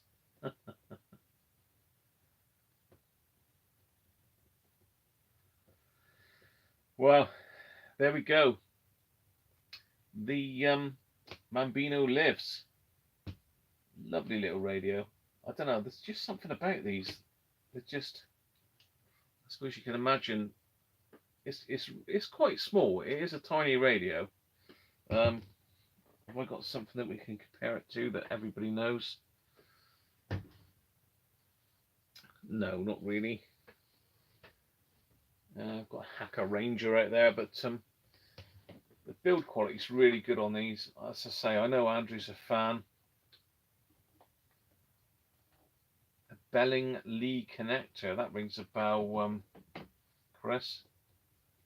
But yeah, if you're after a decent radio that'll last forever, I think, really, provided this is unusual that it's got AF117s in it. the other transmitter I had didn't have it. This Mambino has, which this radio has been got rid of because it don't work. All I've done is snipped those two shield wires on the AF117s, and lo and behold, we are back up and running again. So you know, you can pick them up cheap if they're not working, and it's an easy fix to get them going again. And you know, for 5 capacitors and 2 transistors, that's a nice little repair job for somebody, really. You don't need to be an expert to sort one of those.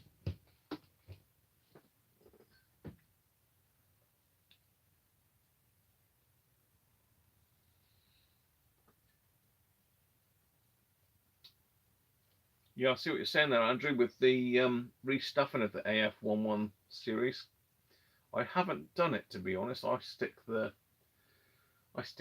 been sticking the Russian GT322Bs in, and they seem to work fine. German stuff, I mean, that's pretty easy to work on, Andrew, but Grundig's and the later Nordmen's and that, what a nightmare they are to work on. What a headache. I've really got to stop taking in German radio repairs, because I'm sure that nobody else does them for that reason, that they're a pain in the neck.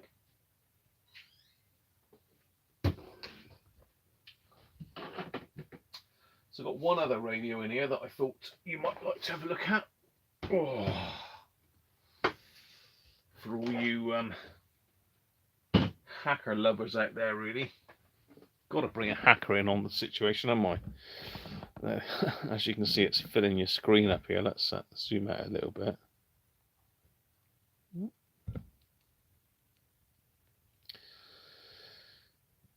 Okay. You can see that by the looks of it.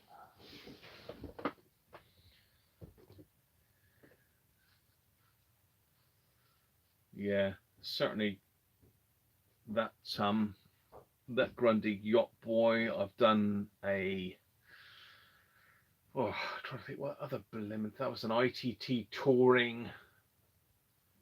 That was a pain in the neck to work on. Another German set. I've done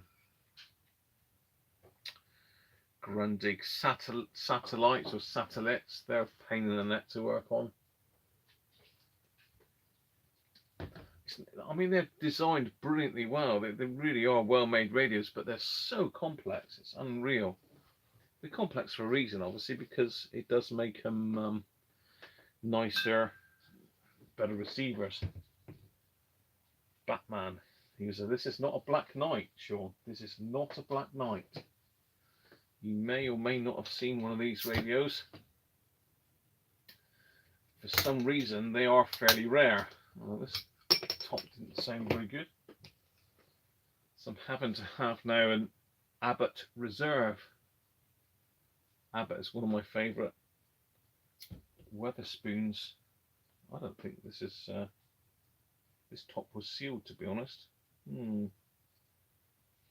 This might be gone off, this one. Never mind. So can anyone see what this is yet? Any ideas? Looks very similar to my cassette radio that I had the other week, doesn't it? It's pretty much knocking on the same radio.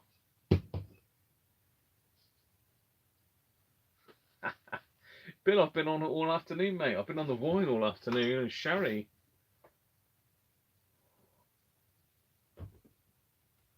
Oh, that's nice. Yeah, Andrew's got it. Abbott Reserve, 6.5%, Bill. Good stuff. Yes, it is a Sovereign 4. It's a little bit grubby. Again, it's a radio that I've picked up quickly. Can you see there? Where are we? There we go. Sovereign FM AM RP77AB MB even. Mains battery. And I think this may be able to pick up Greek music. I'm not sure, but I think it might be.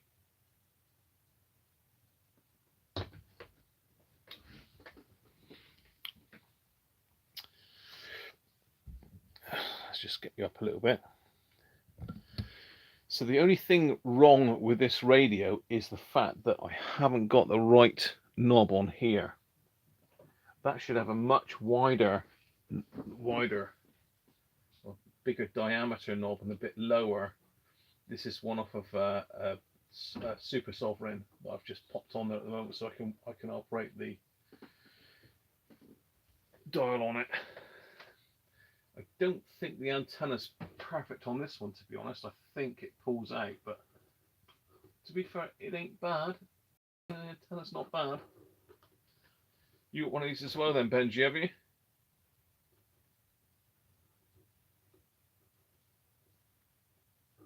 You think Simon's strangely managed to get the channel in his workshop now, and he's saying that Greek music may damage the speaker in this. I'm not sure if that's an actual hacker thing, Simon, that Greek music damages hacker speakers. I'm not 100% sure, but to be honest, that aerial's bang on. That aerial's fine. It came without a knob on it, which is why I got it for a fairly good price, but I still did have to pay good money for this because it's a big hacker radio. So it's a 3-band radio. It's got FM, medium wave and long wave. FM goes up to 104, so it doesn't do the full range. You've got bass and treble controls on it. It's an MB version, which means it does it works on mains or battery. We've got the plastic bits missing off the back, and there should be a little aluminium badge around that. Again, that's stuff that I can reproduce because I have got the 3D printer back in operation. I meant to say that earlier. You see, it's a bit dusty and grubby. It does need a good clean, but you know, when you get round to restoring these things, you can clean them, can't you? So just pop the back off of it. It's got the obligatory hacker battery tray, which looks in pretty good nick, actually. Yeah, that's really good. So you can see from the lack of electronics inside it that it is one of the later hackers. There's nothing inside it really. We've just got 2 boards. Literally, there's 2 boards and a ferrite in this. So it's going to be IC based. I don't think they were into China at that stage, but it's still got a badge in it saying Maidenhead. So it wasn't quite hacker sound, it's hacker radio. So it's probably just slightly before they went to hacker sound, I would think. But yeah, it's the build quality is definitely lacking a bit. It's still made of plywood. It's a nice solid radio. Plywood's lifted a little bit there. It's moved out of where it should be. So plywood's starting to delaminate here, so I need to glue all that back. But nonetheless, it's got a big case on it. It's well made. It should sound really nice if it works. Yeah, definitely needs a bit of woodwork doing this one, definitely. So let me see what I've got connection wise. I've got a figure of 8 connector available, so I might as well grab one of those and stick it into my Variac that Chris would like to take from me. I believe Chris wants this left to him in my will. So basically I've got an AC power supply, which is a variable AC power supply, and it's also an isolation transformer in one. So let's pop that in the back. If I can get it in the hole. No comments, please. don't usually have a problem, but there we go.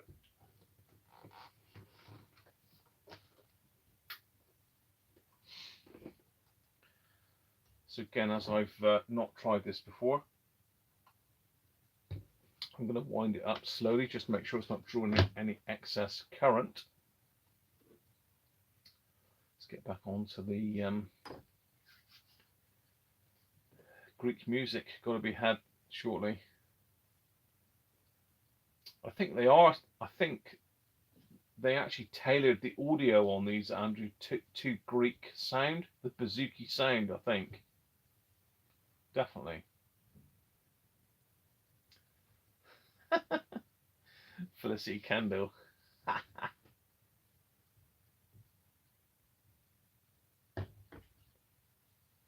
I'm sure Simon will have a test to know how the speaker is damaged, Chris.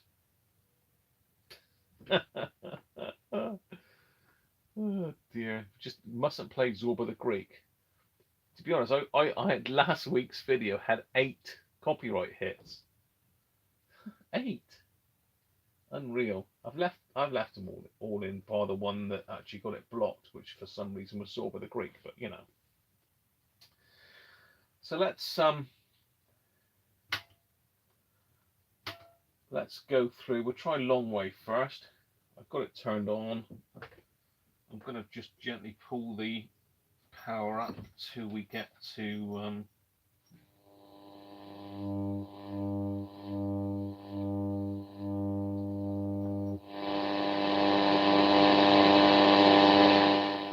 the amplifier works. 100 volts.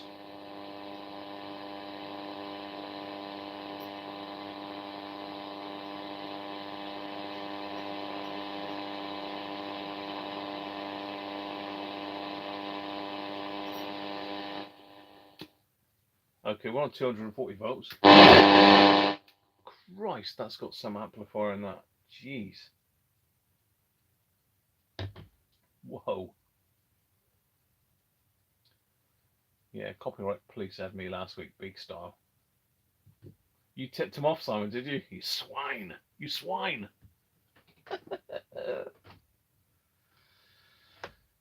Right. This seems to come on with a big bang.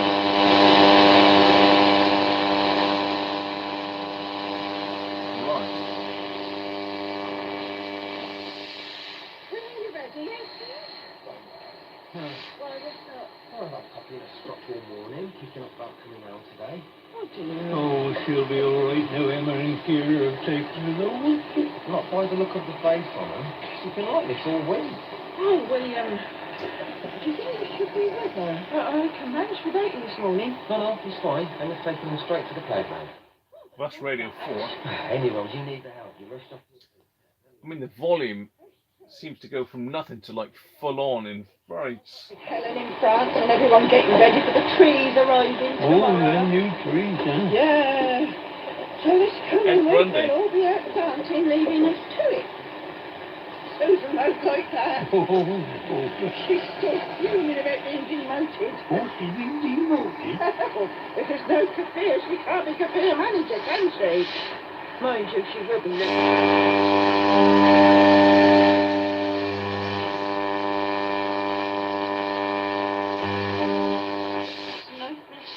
or what have you? I can't. Marty Gibson's got me decorating the field tree at St Stephen's. As if I ain't got enough to do. I've persuaded Poppy to come in with this afternoon, though. Well, she'll know that, won't she? I wouldn't bank on it. I'll tell you what, this radio is very, very loud. Very loud.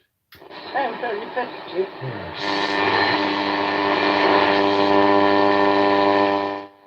That is on virtually minimum volume. Let's go with medium wave now.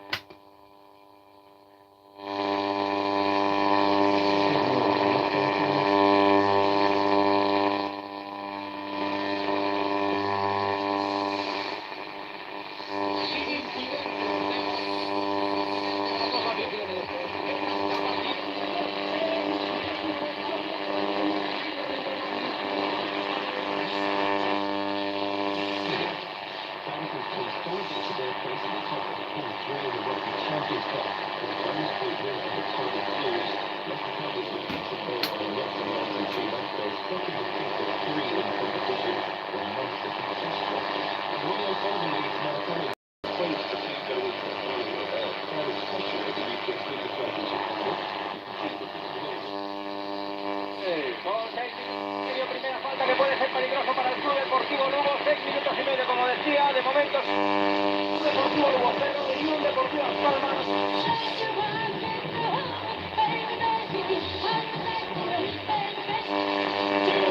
His face feels empty.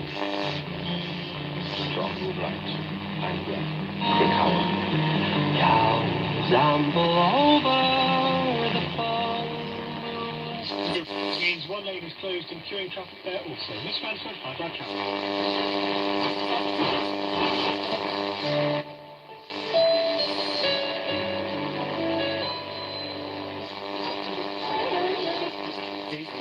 Because that might encourage people to do it.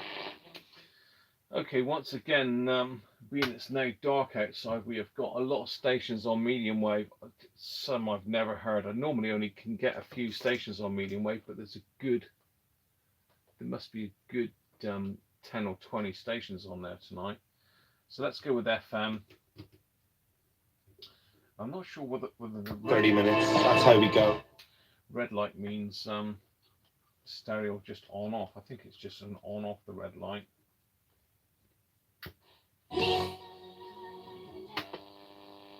Yeah. So this radio sounds, oh dear. Hacker did make some cracking audio stuff. You want this one, Chris, do you? It's a beastie old radio. It's a same sort of size as a Super Sovereign, really. That's it, Bill?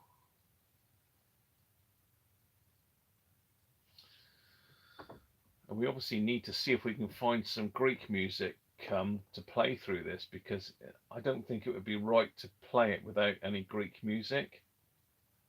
It wouldn't be fair on the radio, really, to not have Greek music played through it. Okay, so we need to make sure we don't play Zorba the Greek. This is Zorba's Dance. I think that's okay. This one might be good for it. Okay, yeah, all good. Okay, so let's have a listen to this radio. Go back to the other one. I don't know if it's going to feel the same without Vicky B. I kind of feel like she's the heart and the amplifier's way over the top. How's your Sunday going so far? I had 2 nights out this week, okay, which is a bit rock and roll because I have a relatively new small human in my life. She's 9.5 months old, so I went out Thursday, Christmas party season full swing, and Friday. This could do with interstation muting, like the older radios had, the Sovereign 2s. Really could do with it. Connection to people who created this artifact.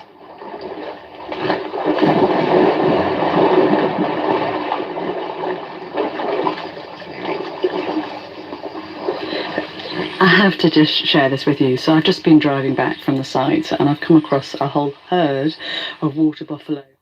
That's literally quarter volume. Woolling just by the roadside. What a privilege to see this, and having just heard about the fact that the oldest extant remain of a water buffalo from the medieval Caucasus has just been found, and now I'm seeing their distant descendants. Remarkable.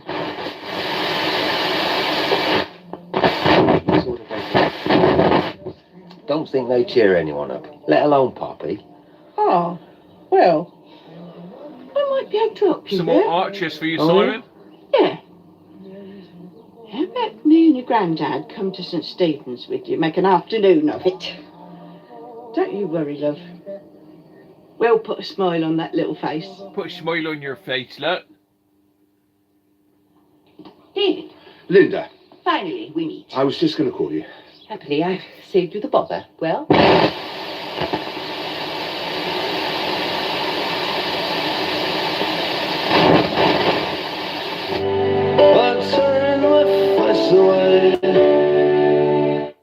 Ah, got to be the all-time Christmas classic, isn't it?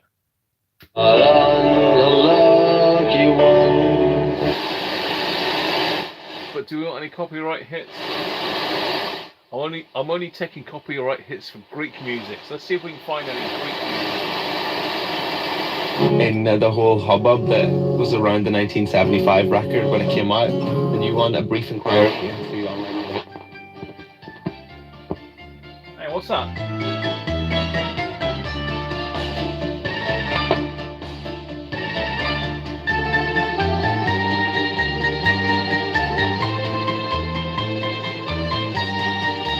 Oh, yes.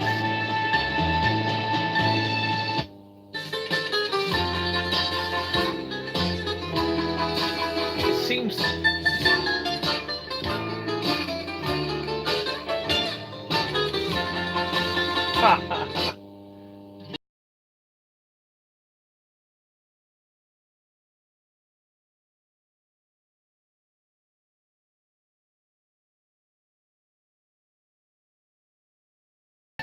Well, isn't that strange? We seem to have a Greek channel on here. That's unusual, isn't it? How have we done that? It's let's catch back up with the chat a minute.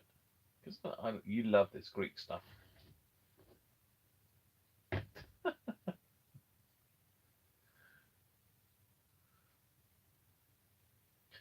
Someone go in. Cheers, Andrew. Thanks for joining us, mate. You're off down the pup. Yeah. I'll look after it, Chris, don't worry.